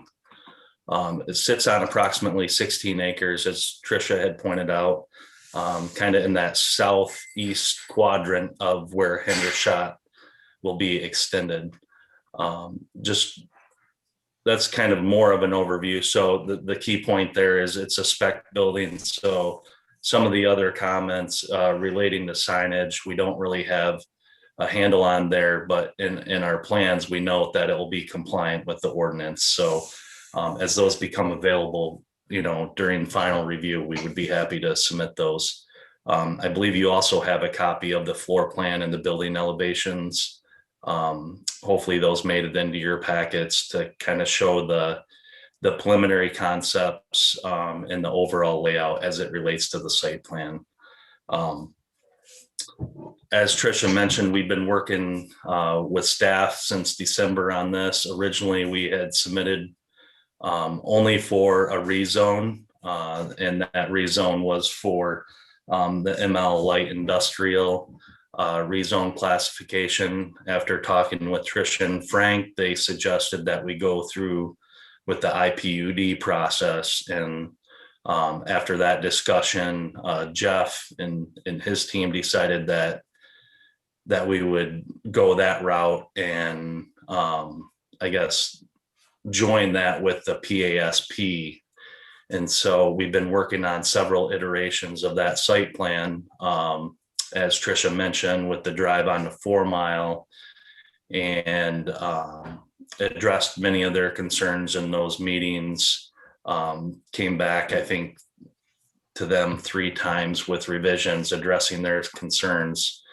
And we landed at this latest set here on those plans were revised and sent back on the 17th of February. If you're able to look at your site plan, I'm not able to share my screen, but like Tricia said, we access off from Hendershot Ave 2 drives. It was requested that we align the northerly drive with the proposed Amazon drive to the west. And then the south drive, we pushed it as far south as we could, just before the curve, so that we didn't have any sight distance issues, and separated those drives as much as possible. We can certainly show those those truck turning movements, which we had shown one of them on the plan just for ease of clarity, but we can certainly run every truck dock if that's desired. There is 124 feet, 123 feet on the west side of the building. And on the east side, the proposed building expansion, there's 144, so even more on that west side, east side for that building expansion. What's noted in the plans, and I'm not sure if staff reviewed the latest plans for this memo, because there's a few discrepancies that I found in the report and the presentation, specifically relating to the building height and the water main. So I'll address those here in a minute. But the latest plan set is dated 2/17, and it shows quite a bit of that information that was stated to be lacking. One specifically is the building height. We do call out the maximum building height allowed by code, which is 45 feet or 3 stories. And the single story that we're proposing is 38 feet. And that's noted in number 5 on our plans sheet C2. And that's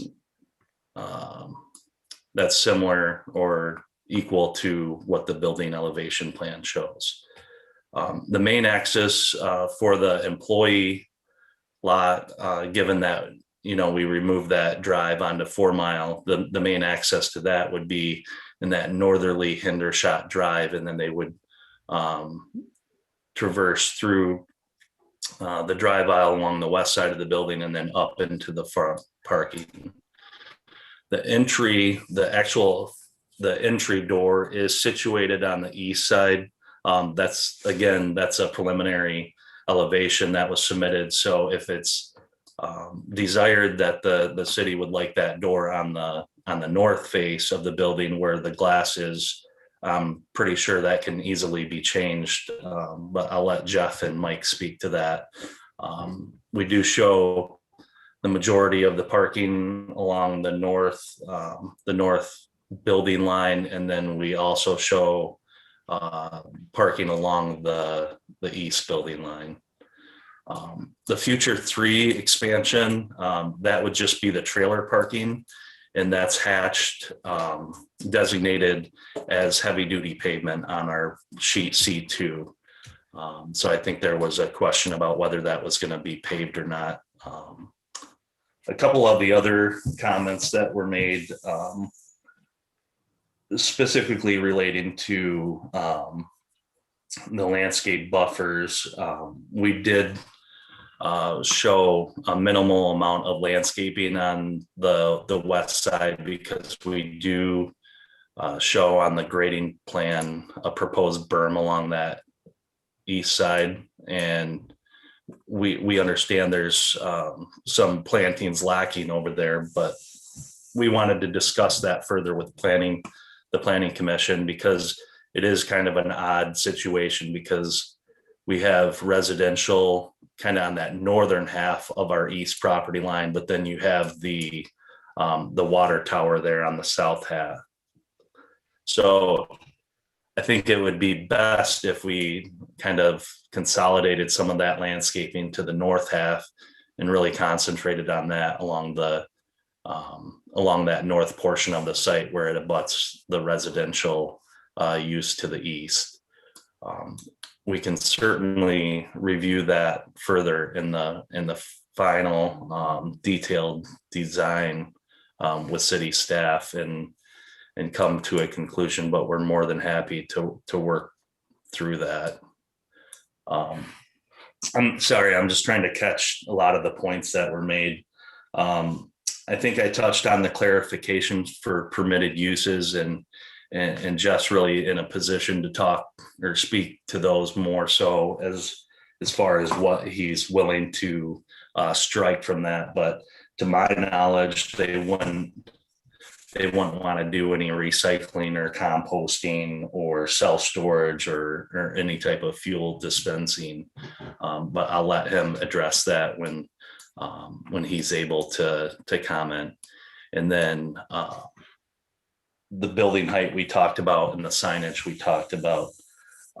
So I feel that we've addressed many other concerns that were brought up by staff and really worked to, I guess, downsize the building, eliminate the drive onto 4 Mile and work with them to bring this plan before you.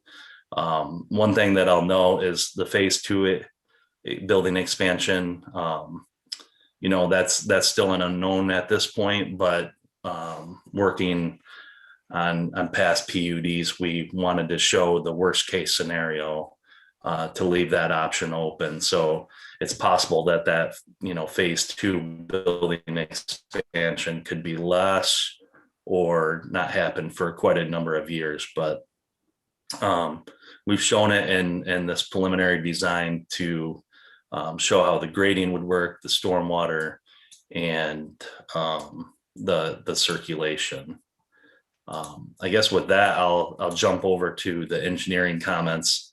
I think that the big thing was, and Scott mentioned this, but the big thing was we were getting hammered with some comments, and there was some miscommunication or some confusion there that we were actually going for final site plan approval. So there was quite a bit lacking in the plans for that. But we do show a sanitary lead or private extension into the site that's outside of the Hendershot right of way that was intended just to serve this building and the future expansion. And then, like Scott said, there in this latest version, you can see, I can't show you on the screen, but there is a fire service and domestic service into the building at the southwest corner of the phase 1 that would extend into that building. I think the water main that Scott was referring to in the right of way was on a previous version of the plans. And then addressing the name change, unfortunately, that's the first time I've heard about that. Otherwise, we could address this before this submittal, and we can certainly work with Jeff and Great Lakes to create a different name and obviously run that by the city prior to making that change, just so that it's unique and not similar to that other development that he spoke of. We did talk about the water, and I think in the final design or final site plan, I think we can work through that and detail that out. We talked about the trucks, and we can show those movements and the retention versus detention.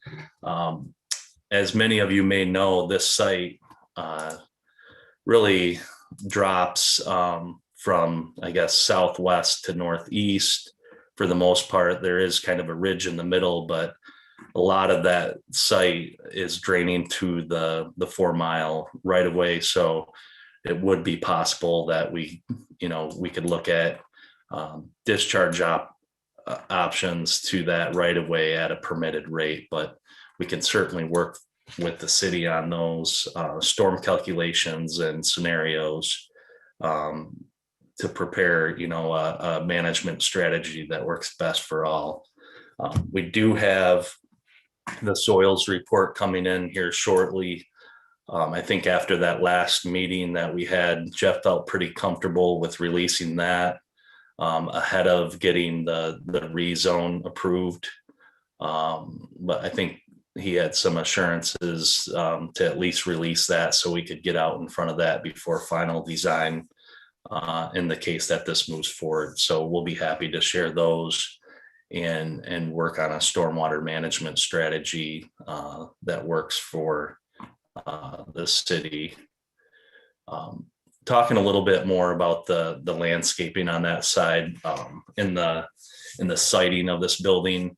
Obviously, the industrial kind of use is more situated to the west, so we wanted to keep those loading docks, facing that west side, the Hendershot Ave, and keep as low impact as possible to the east side where that residential kind of cluster is on the east.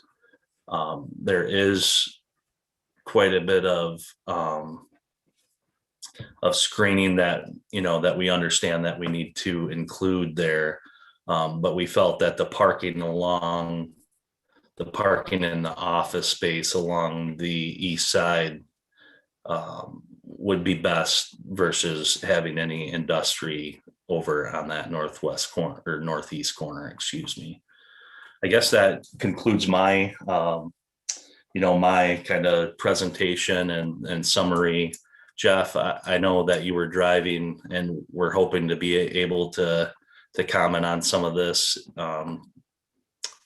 If you're still on, if you'd like to add anything, or if the members have any questions for me, I would be happy to answer those.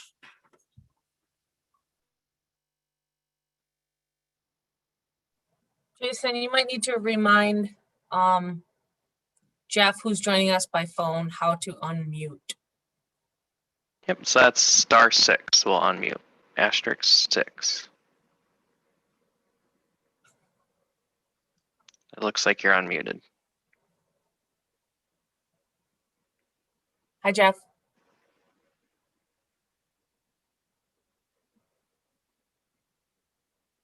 Are you there? Hi, this is Jeff Smoke with Great Lakes Capital. Can you all hear me? Yep. Yes. Yeah. Okay. Hey, sorry about that. Well, I want to thank you for your time today. Really appreciate your time to look at this and review our preliminary plan, and appreciate the feedback. Heard everything you all had to share, and I know we've been trying to be very attentive to your concerns and address them, and I thought we had, but understanding there's some additional concerns that we're happy to accommodate. I don't see any issues with what I've heard. Some of that stuff is relatively minor and doesn't impact us at all. So happy to accommodate and try to come back again and make this one work. Just to take a step back, what we do at Great Lakes Capital is come in and try to find a market where there is a demand for a logistics type of building, and it's tough to do a spec building these days, but we really find that there's great value in these where we can get one up and attract the tenant, because most tenants don't want to wait the 12 to 15 months that it takes to build one. So what we're trying to propose here is what we've had great success with in other communities, and that is to build a shell building that's pretty versatile. And like Tricia said, and Andrew, we don't know the final end user yet, but they would fit within the zoning requirements that you guys are looking for.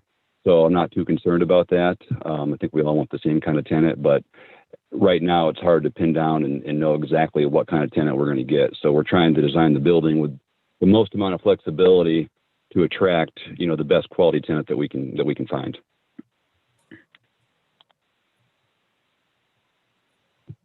So happy to answer any questions, but most of what was shared, I don't see an issue with us addressing. Commissioners, are there any questions for Jeff Smoke? He's representing a prospective buyer on the property. And so with the IPUD zoning, he would be directly responsible more so than Mr. Grover is, as this is being proposed at this point.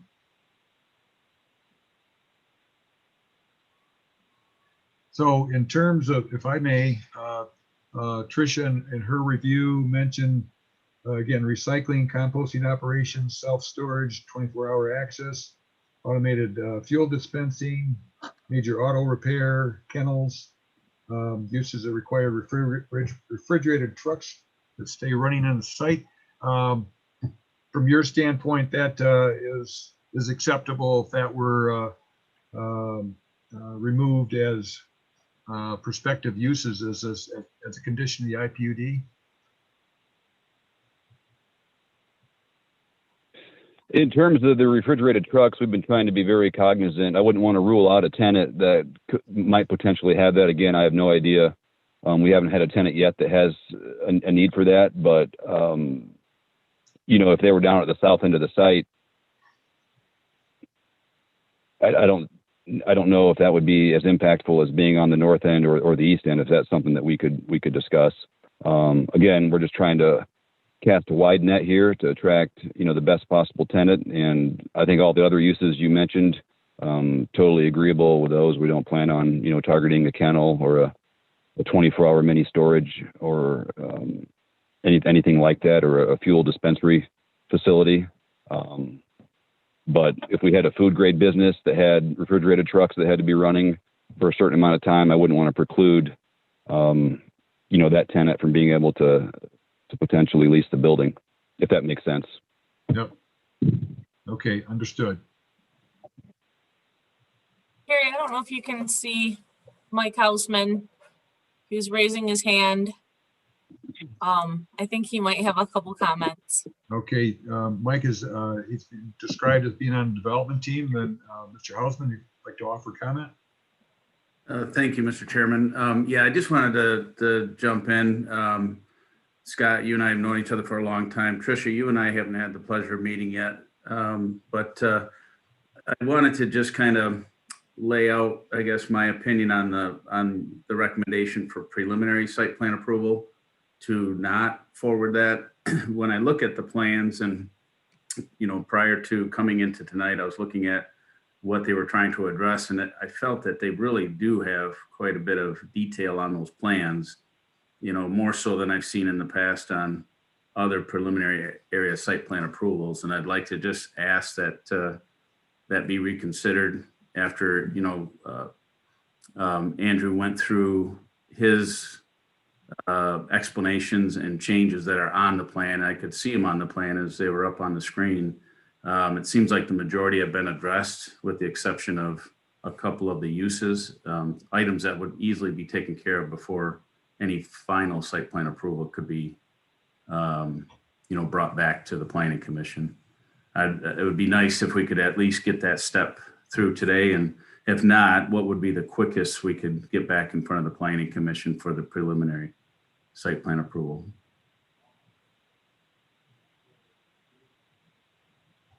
Well, it would be, the next meeting is the March 17th meeting. I think it's important to note that at this stage, the preliminary area site plan, where we get those uses nailed down or we get uses prohibited, you know, that's something that the Planning Commission has the authority to authorize or prohibit when it comes to the uses. So while Jeff is not planning on having some of the uses that I mentioned in my report as being recommended, that would not be a good fit at this site, we need to remember that Jeff is not always going to be in the picture. And 40 years from now, when this site is still zoned IPUD and somebody wants to have a particular use that is still abutting a residential use, we want to make sure that the plan unit development has clear parameters for what should and should not go there in terms of uses. So, you know, when we get logistics, so I've mentioned multiple times, and maybe there's just a disconnect with how this process works, because I know it is a little bit confusing, coming from a couple other municipalities that I worked for, we didn't have preliminary area site plan. We just had PUD rezone. And during the rezone, that's where you nail down uses and you nail down all the things that are going to stay with the land, because sometimes it can be viewed as, you know, its own zoning district, because the planning commission and the city has quite a bit of flexibility to waive certain requirements that would be required in regular straight zoning districts. So I'm not sure if we need to have a discussion on to help Andrew and Jeff have a better understanding of what the PASP step is. But those items that I mentioned with land use compatibility and you know, ensuring that we have a really nice buffer there.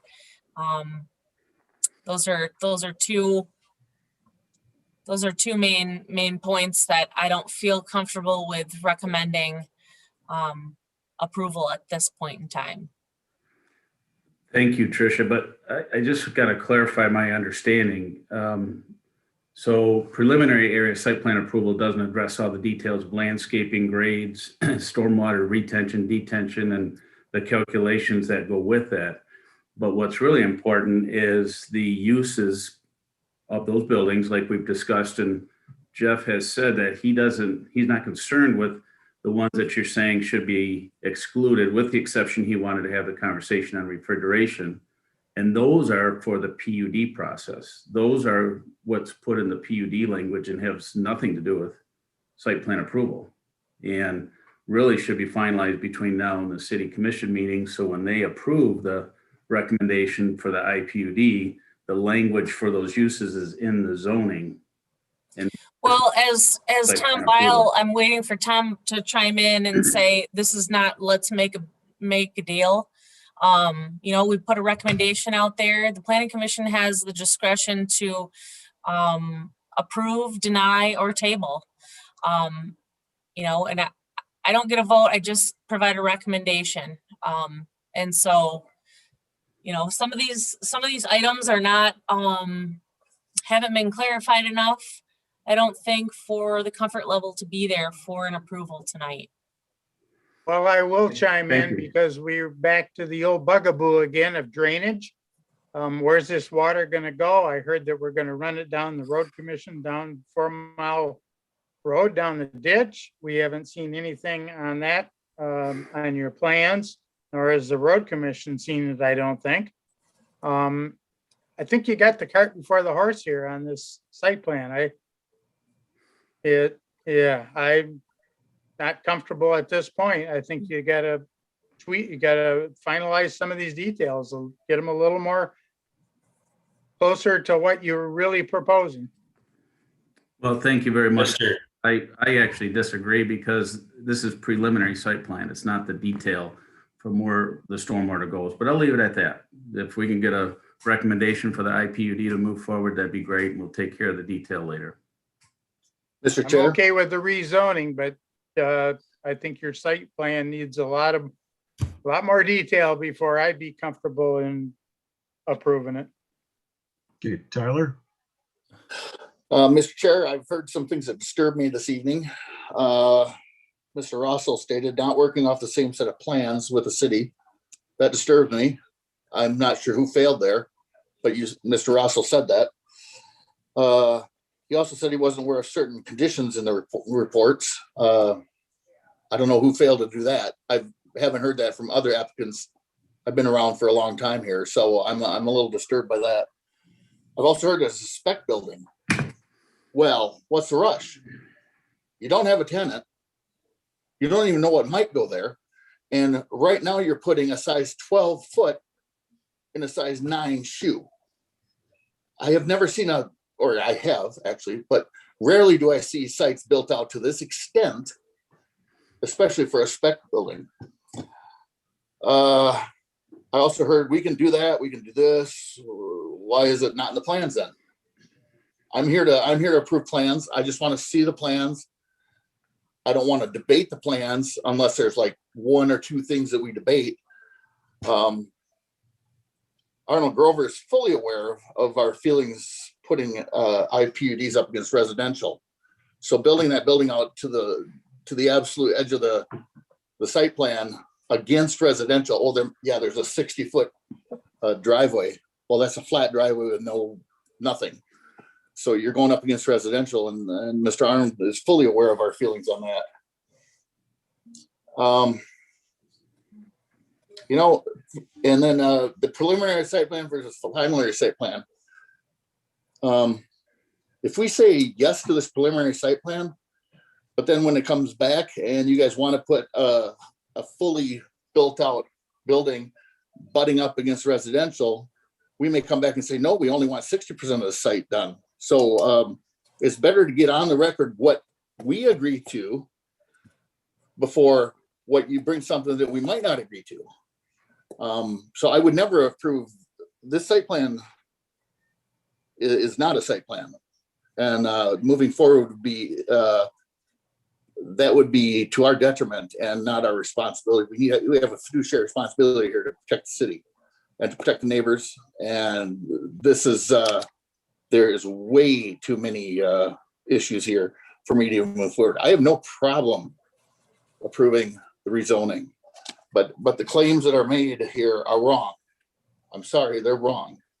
And let's get it together. Let's get a good site plan before us and let's approve it. That's my opinion. Mr. Chairman, if I may. Yes.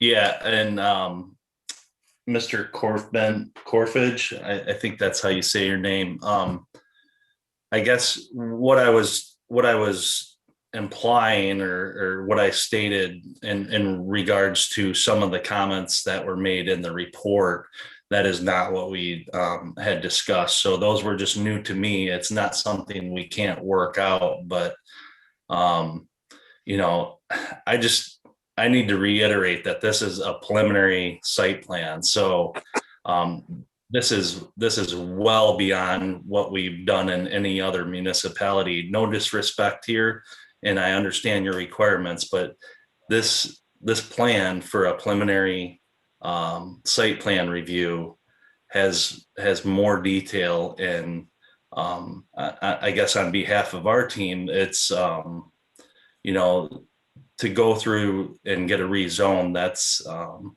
you know, it's difficult with this because it's a spec building, and I know that Jess agreed to strike some of those uses to kind of give that comfort. But with a spec building, it's different. So it's not just black and white. Does you know, does a certain manufacturing fit here? But in reference to the site plan, there's really two things that I see that are still hanging out there. As I pointed out and went through each of the other items that were brought up, that's the landscaping buffer to the east there, and we're more than happy to work with the city, but we wanted to get, because Tricia or Frank can't speak on behalf of the Planning Commission, we wanted to bring it in front of the Planning Commission to get their thoughts on that buffer, because it's kind of a unique situation with the water tower being in the south half and the residential being in the north half. So I feel we're in a really good position from our side, but obviously there's some concern on your side.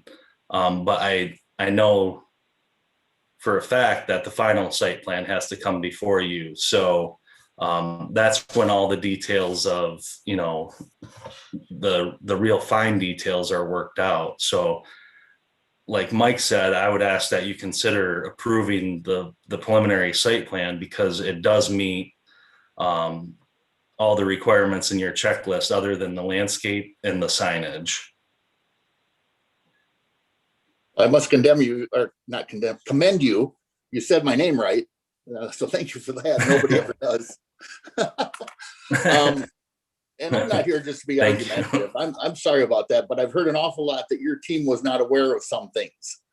And that is not how I view our city staff as working. I don't hear that from other teams coming in. Usually there's 2 or 3 issues we have to talk about, and that's it. There just seems to be a lot of miscommunication here, and I'm not blaming you or anybody. I don't know what happened. I just want to see a good plan. And I think this is a good project. Believe me, I do. But we have to take care of those residents, believe it or not. And I know it's only one resident. So build a lot line up by the water tower. I can't tell you, I'm not an engineer, so I don't know if you could even do that. But it's just a concern. So I'm voicing my concerns. Right. I hope this works out. Nope. Love to have everybody come in the locker and make business. So thank you. No problem.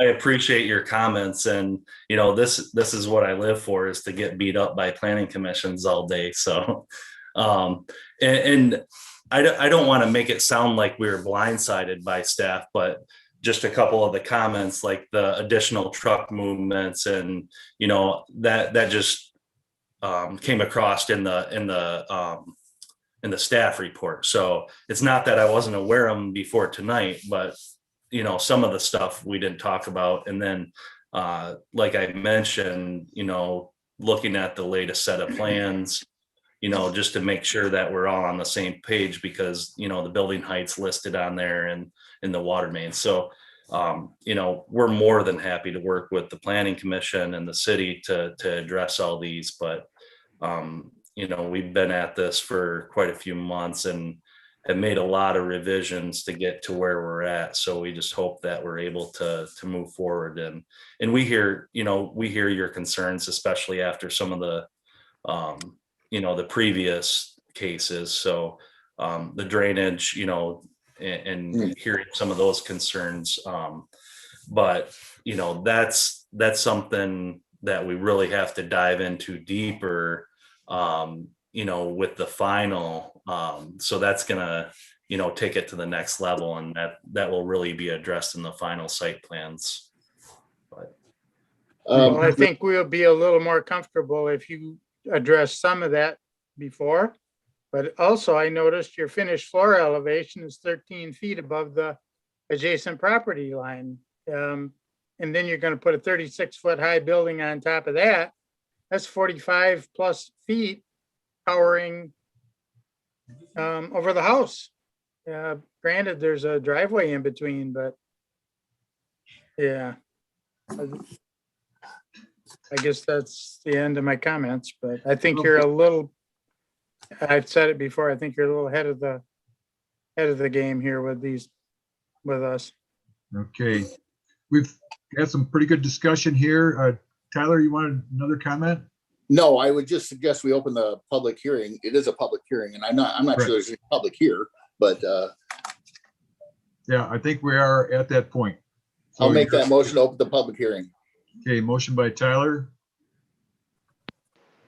Supported by Scott to open the public hearing. Tricia, if you could assist us with a roll call. Harry, Yes. Scott, Yes. Jason, Yes. Joe, Yes. Mark, Yes. Tyler. Yep. Tom, Yes. Pat. Why not? Yep.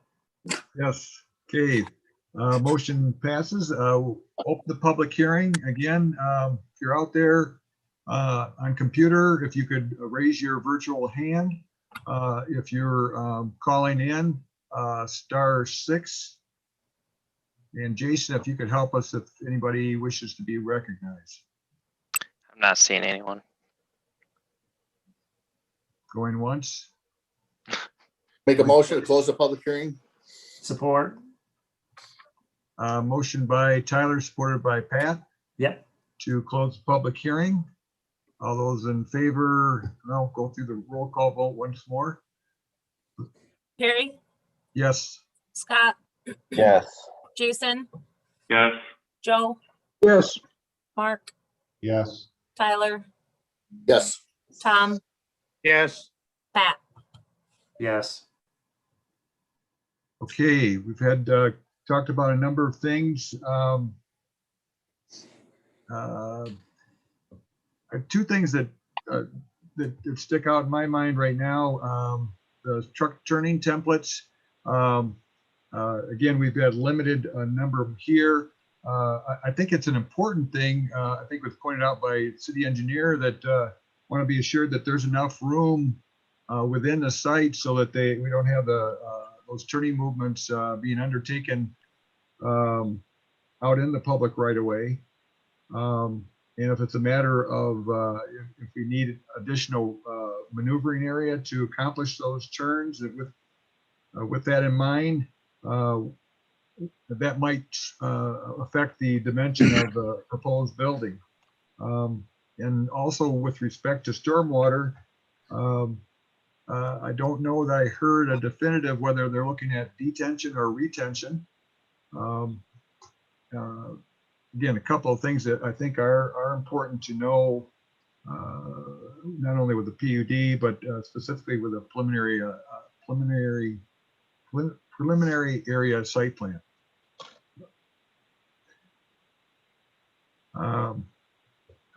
And if I may, as well, there's that exception, so to speak, on the northwest portion of the site. Discussed earlier that it's owned by Amazon, but it's going to be its own parcel in some form after the street goes through. And this is going to be the front door to this development coming in off from 4 Mile. It would seem like it would be to everyone's advantage that be actually part of this site. Now I know we can't dictate that it's purchased by the developer in this case, but if we're looking at good use of the land area, that would seem to be a consideration. And even putting the way the floor plan is for the building, it's showing a 4,000 square foot office area for a little over 200,000 square foot area. Again, you're looking for flexibility. I'm wondering if that could be put to the northwest corner of the building. So as people come into that, through that intersection, they've got more of a finished area on that northwest corner of the building. I'll be quiet and look for comments from the other commissioners. Terry, this is Pat. Regarding the landscaping, based on what Tricia said, that it should be 128 trees versus the 16 that's on the plan. I know it's preliminary, but and I know it was mentioned that the residential to the east is only maybe half the length of the new proposed site. So I could be swayed with saying, okay, that the site that goes all along the property to the east has the right amount of trees on it, and then go with the last half of that property with the the amount of trees they have shown on the plan right now, just so that we have the large buffer between that residential. Because again, it shows 128 trees, but their plan only shows 16, so there's a big difference there. I know there's a berm, but a berm is only so high, but trees can get much taller and protect that property. So that's just something to be considered. When the next plan. Mr. Chairman, if I may. Yes. Yeah, I failed to point out that on the east side, Mr. Laurie, that brought up a point. Tricia, and you can correct me if I'm wrong, but I believe the buffer yard over there is only required to be 20 feet. And we're providing nearly double that at 38 feet. So we do propose that berm that's intended to be 3-4 feet higher than the parking area adjacent to that. But we would certainly like to work with the planning commission and dress that I keep saying that, the northeast corner, along that. We'd rather do more up there than south along the water tower, but we'd be more than happy to do that. If I may, it's important to recognize that the residential zone parcels, even though they don't have homes to the south along where, the area that you're referencing. You know, someone could, do some boundary changes in there. Somebody could buy up some of that property, propose a site condo, or a plat, or just a couple of houses. You know, if a road could be built to access some of those parcels, you know, if some splits were proposed. So just keeping that in mind, even though there's not something there now, it doesn't mean that there will always, it will always be, vacant or empty residential property. So we're gonna paint leaves on that big water tower too? Just kidding. Maybe we should disguise it as a tree like they do in Granville and that Right, cell right by the tower. Lowe's, right by the Lowe's. I know, I see that. I laugh every time I go by it. Well, we've got two actions to consider this evening. The first of which is the rezoning request to IPUD. Tricia has given us some suggestions as far as possible use restrictions. Personally, I looked at the whole list of uses that are outlined for consideration. And aside from the one that she mentioned, anything that deals with mineral processing would likewise. Now, in this case, they have a plan before us to go for this industrial building. It is a case where that doesn't preclude them from them or somebody else to come back with a different plan. And so if there are some use restrictions, in addition, that would be,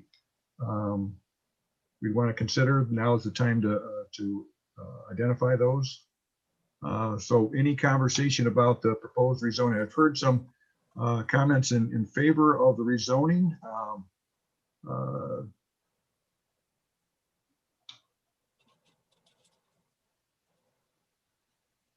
Do we have someone that would be offer a motion at this point on that count?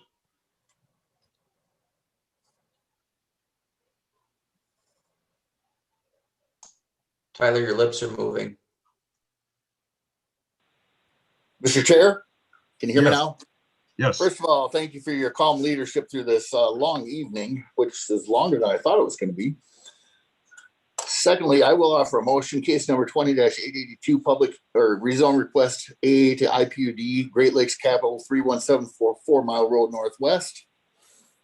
I recommend that the Planning Commission forward a favorable recommendation to the City Commission for the rezone of the parcel located at 3174 4 Mile Road Northwest, 41-13-04-101-030 from AA Agriculture to IPUD Industrial Planned Unit Development based on the following findings. The request to rezone from AA to IPUD is consistent with the goals and visions of the Walker 2020 Master Plan. Number two, the request to rezone from AA to IPUD is consistent with the surrounding land uses. And number three, industrial land uses proposed on the subject parcel and residential uses to the east are buffered by municipality property owned by the city of Grand Rapids.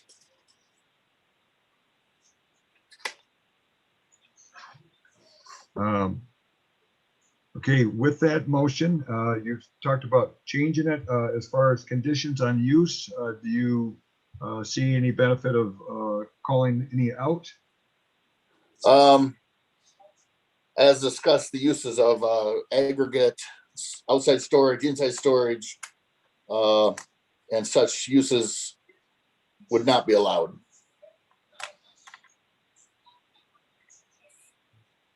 Okay, we have a motion on the floor. Is there support? Support, Pat. Motion by Tyler, supported by Pat, to recommend to the City Commission favorable recommendation on the IPUD with the restrictions on uses that Tyler described. Mr. Chair, Yes. can you repeat the use restrictions again, Tyler? It scratched right when you had said that, sorry. Oh, you just muted yourself. Tyler, you're quiet. It's been a long evening. The uses I stated were aggregate, any aggregate, outside and inside storage. I would also add to that recycling, landscaping supplies, that type of stuff. Tricia, did you have a list? I'm just thinking that I don't know if it's such a good idea that we come up with this list on the fly. I would agree. Then stop right there, Trish. I will remove number 3 from the floor. What's number 3? The land uses. Oh, I think the ultimate goal is you just don't want to see anything on the outside that would be heavy industrial, correct? Correct. Now, if we want to say that's part of the motion, I will do that. Well, I get a little uncomfortable with the reefers running all night too. That's not uncommon though in a warehousing situation where they may have to keep something at not necessarily cold, but a cooler situation. And at that stage, what's the difference if the guy leaves his truck running when he takes a nap? Well, and also there is sound ordinances. So if it is too loud. Yeah, I agree with what you were saying there, Tom, but I look at it more like the building becomes the buffer on that because they're doing everything on the west side of the building. Yeah, but they're proposing future trailer parking out in the back. I'm just a little uncomfortable with this, doing it like this. I think we should think about it a little bit, but maybe not. So I suspect what's going to happen is there's going to be a motion to table here, and we should at least give them some sort of guidance as to what would be acceptable, and that's kind of what I was trying to get at. You know, for me, I look at it and say, well, the landscape buffer zone is a must along the residential area, but the truck side of it, you know, I think from a running, it doesn't bother me.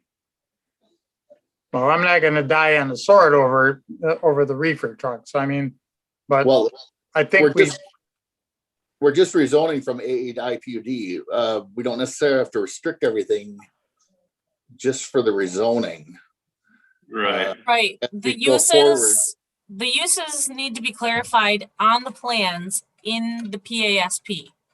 Right. So, you know, Okay. we can work with the applicant to get some uses with the direction of the planning commission to state uses that would not be appropriate on the site. Okay, I agree with that. I'm okay with that.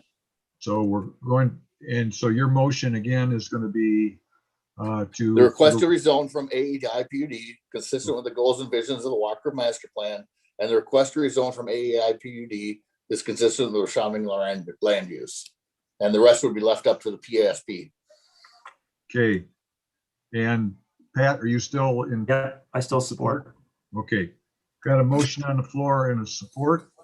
Tricia, if you could please run us through the roll call. Yep. Terry, Yes. Scott, Yes. Jason, Yes. Joe, Yes. Mark, Yes. Tyler, Yep. Tom, Yes. Pat. Yep. Okay, motion carried, and that's the recommendation going forward to the city commission. The next item for action relates to the preliminary area site plan. Mr. Chair, I will not be making a motion on this because I've made 2 other motions tonight and I've been beat up enough. So thank you.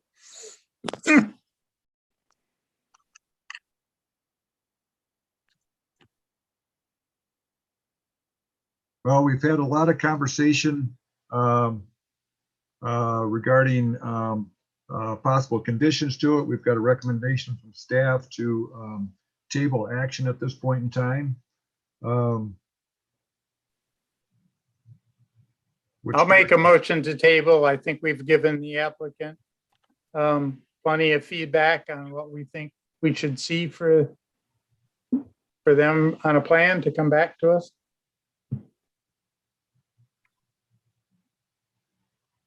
Got a I motion? support. Okay, you've got a motion by Tom, supported by Pat to table action on the request to allow the applicant to provide additional detail, to work with staff to bring this back to the Planning Commission. Any other conversation? Mr. Chair, I just thought I'm thinking of something that was pointed out by a friend. So I'm asking for a friend. There's this building is 38 foot tall on a, what about the sun setting? Is there I don't even know how to state it. You know, at 4 o'clock on a winter evening, the sun will be really low and it'll be blocking from the west the sunshine. So I'm just a little curious. I don't know how to address it, and if anybody else does, maybe they could talk. It just seems that the building will be blocking the sun awful early in the evening on winter days. Summer days, you know, no. But that's just a thought.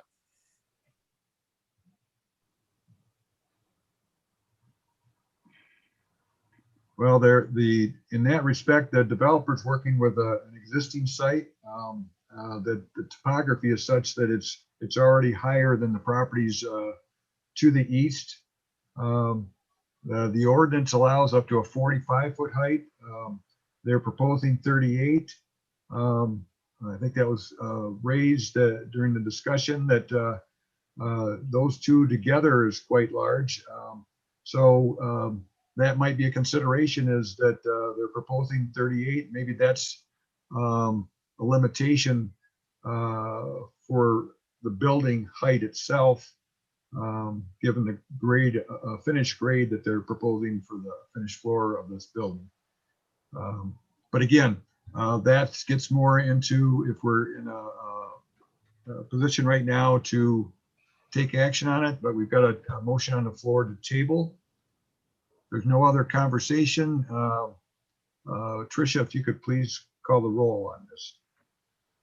Yep. And I lost you guys for a couple minutes, but now I'm back. So hopefully I didn't miss anything crucial. Terry, Yes. Scott, Yes. Jason, Yes. Joe, Yes. Mark, Yes. Tyler, Yep. Tom, Yes. Pat. Yes. Okay, motion is carried to table action. Again, as we covered in the last project, what we encourage the developer to work with staff to address the issues that have been identified this evening. And we'll look for the progress on that to dictate when this comes back before the Planning Commission. Thank you, Mr. Chair. If you don't mind, could we just quickly just bullet point those so we're crystal clear? I think that's a fair way to go about it.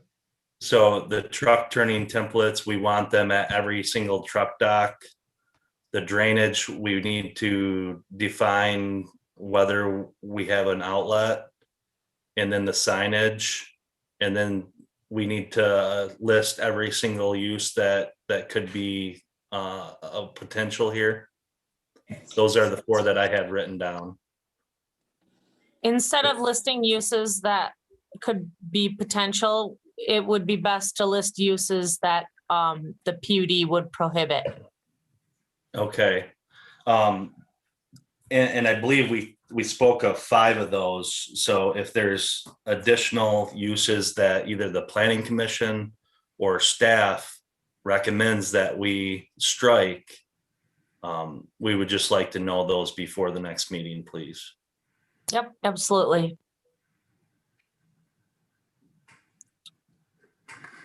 All right. Is there anything else that from their discussion that we would want to have them specifically address? in this? This is Jeff. This is Jeff Smoke. Just to be crystal clear, like Andrew said, just so I understand, and we don't want to. We appreciate your time and don't want to keep coming back. But so we're going to address the signage,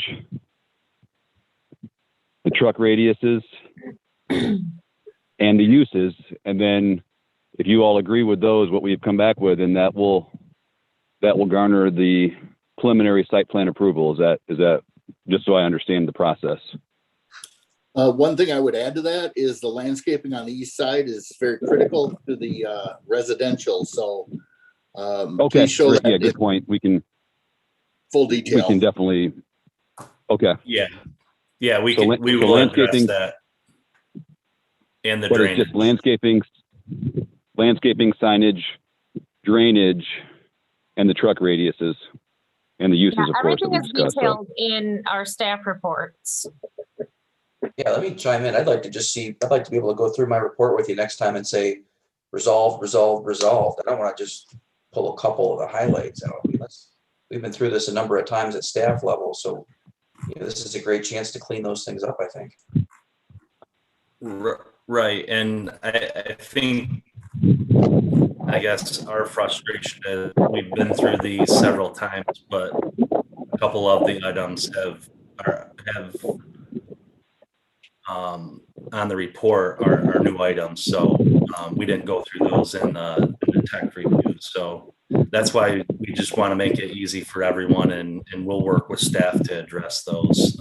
Let me warn you, there's going to be more new items because we haven't done a full detailed review. We're just looking at this from a preliminary standpoint. So don't be surprised. Oh when we no, get I more understand. detail. We still have a final. We have a final, but yeah, with right, it being I'm just trying preliminary. to understand what we need for the preliminary. We totally understand. There needs to be a lot more detail, but I just want to get to that first step, and then we'll get to the next step after that.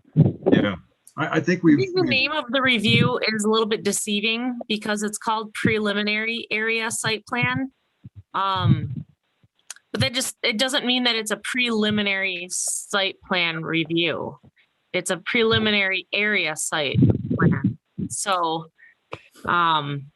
it's the overall PUD, the thing that's going to be in place for the future. Any future land uses that come in and want to utilize this site after you guys, that's what we're focusing on. So I just want to make sure that that's clear. And if you need to have a meeting with staff to sort of clarify some of those things, we can certainly do that. Yeah, I think the bottom line is, based upon our discussion, work with staff and come back with us, hopefully at some time in the near future.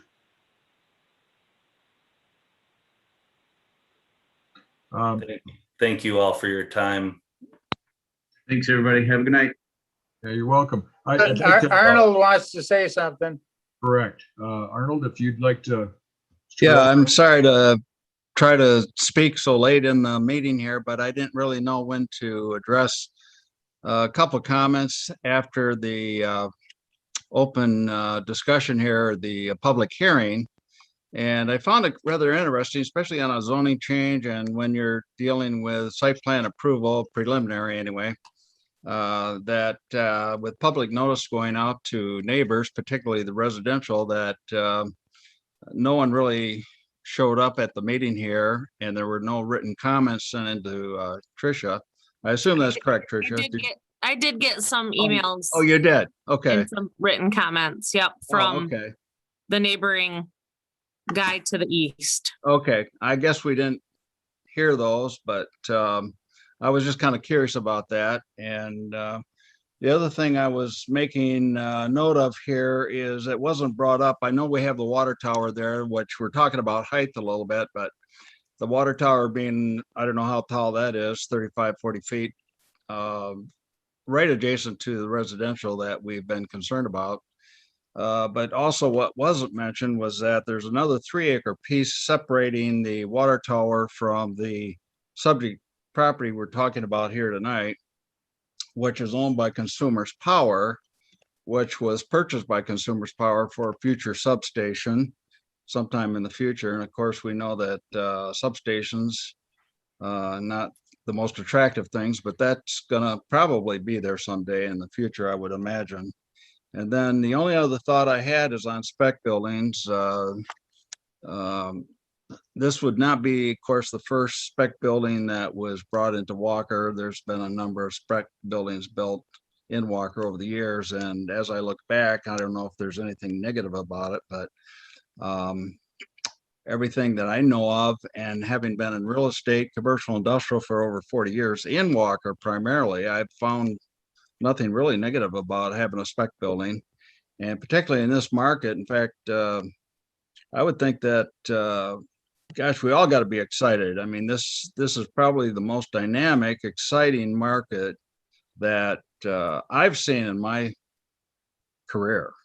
It's just absolutely amazing. And I'm getting calls all the time from people all over the United States calling my office, and I'm just a small office compared to some of the big ones. And I can imagine some of the calls coming in. People want to be located in West Michigan, and they start looking at West Michigan, they start looking at Walker, and the growth here in Walker is just phenomenal. I think you guys probably have to admit that. And it's exciting, very exciting. And I like this project. It's exciting. Of course, I'm a little partial because it's my property, but I hope as we move forward on this thing, things can work out here. And I think it's going to be a nice project for Walker. We believe so as well. Thank you. Thank you. Well, I think, Mr. Chair, I think I was the one that made a comment on spec building. I'm not saying spec buildings are bad at all whatsoever. I just don't want to rush through something without it just being done right. That's my only comment about a spec building. I don't believe spec buildings are bad at all. You have to build them. They're a good idea. And yeah, Walker it's pretty hot right now. I agree with Mr. Grover on that. So. Thank you, Tyler. Well, I think we've had two projects tonight where drainage has been brought up, and most of us that are around here is Walker, and this end anyway is clay and water. Yeah, we don't want problems, do we, Scott? No, sir. All right. I think this brings us to the end of the agenda. Is there any other business? We have a planning commission meeting on a day that's not a regular planning commission meeting day, which is March 24th, where we will hear the English Hills PASP proposal for the multifamily development there. Tricia, shouldn't it be the 17th? No, Frank planned it for the 24th. Okay, do we have a meeting on the 17th? Yes, we do have a meeting on the 17th. Okay. I just wanted to put that oddball one out there for you. On the 17th, we have an amendment that's being, what's that? We have St. Patrick's Day. Oh, yeah. Well, we have a meeting that night, so St. Patrick's Day isn't going to be that fun. We have an amendment for the Northridge East PUD. They have another lot configuration and road layout that they would like to run past you. They've got a future tenant or future occupant of lot 9, and they plan to combine those two lots south of the tracks. And then we also have a site plan approval coming for a parcel that's just north of the Irwin seating site on Fruit Ridge and 4 Mile. And we have an ordinance amendment. Okay. And some other things that were tabled tonight, I'm guessing. Well, we'll be ready for that at the next meeting then. So will we have one then on the 31st also? So we'd have 17th, 24th, and 31st? I'm not planning one for the 31st. In fact, I have to, I think, schedule a ZBA meeting for that day. Because Frank keeps reserving these ZBA meeting days for special planning commission meetings. We'll get through it though. By we, I mean I. Are you saying Frank, it's all Frank's fault? Is that what you're saying? Yep. You can hunt him down. All right. We call it a night? Make a motion to adjourn. Second. Thank you, Terry. I meant what I said, so All right. thank you. Yep, welcome. Thank you. Good All night, right. everybody. Thanks, guys. Have a good night.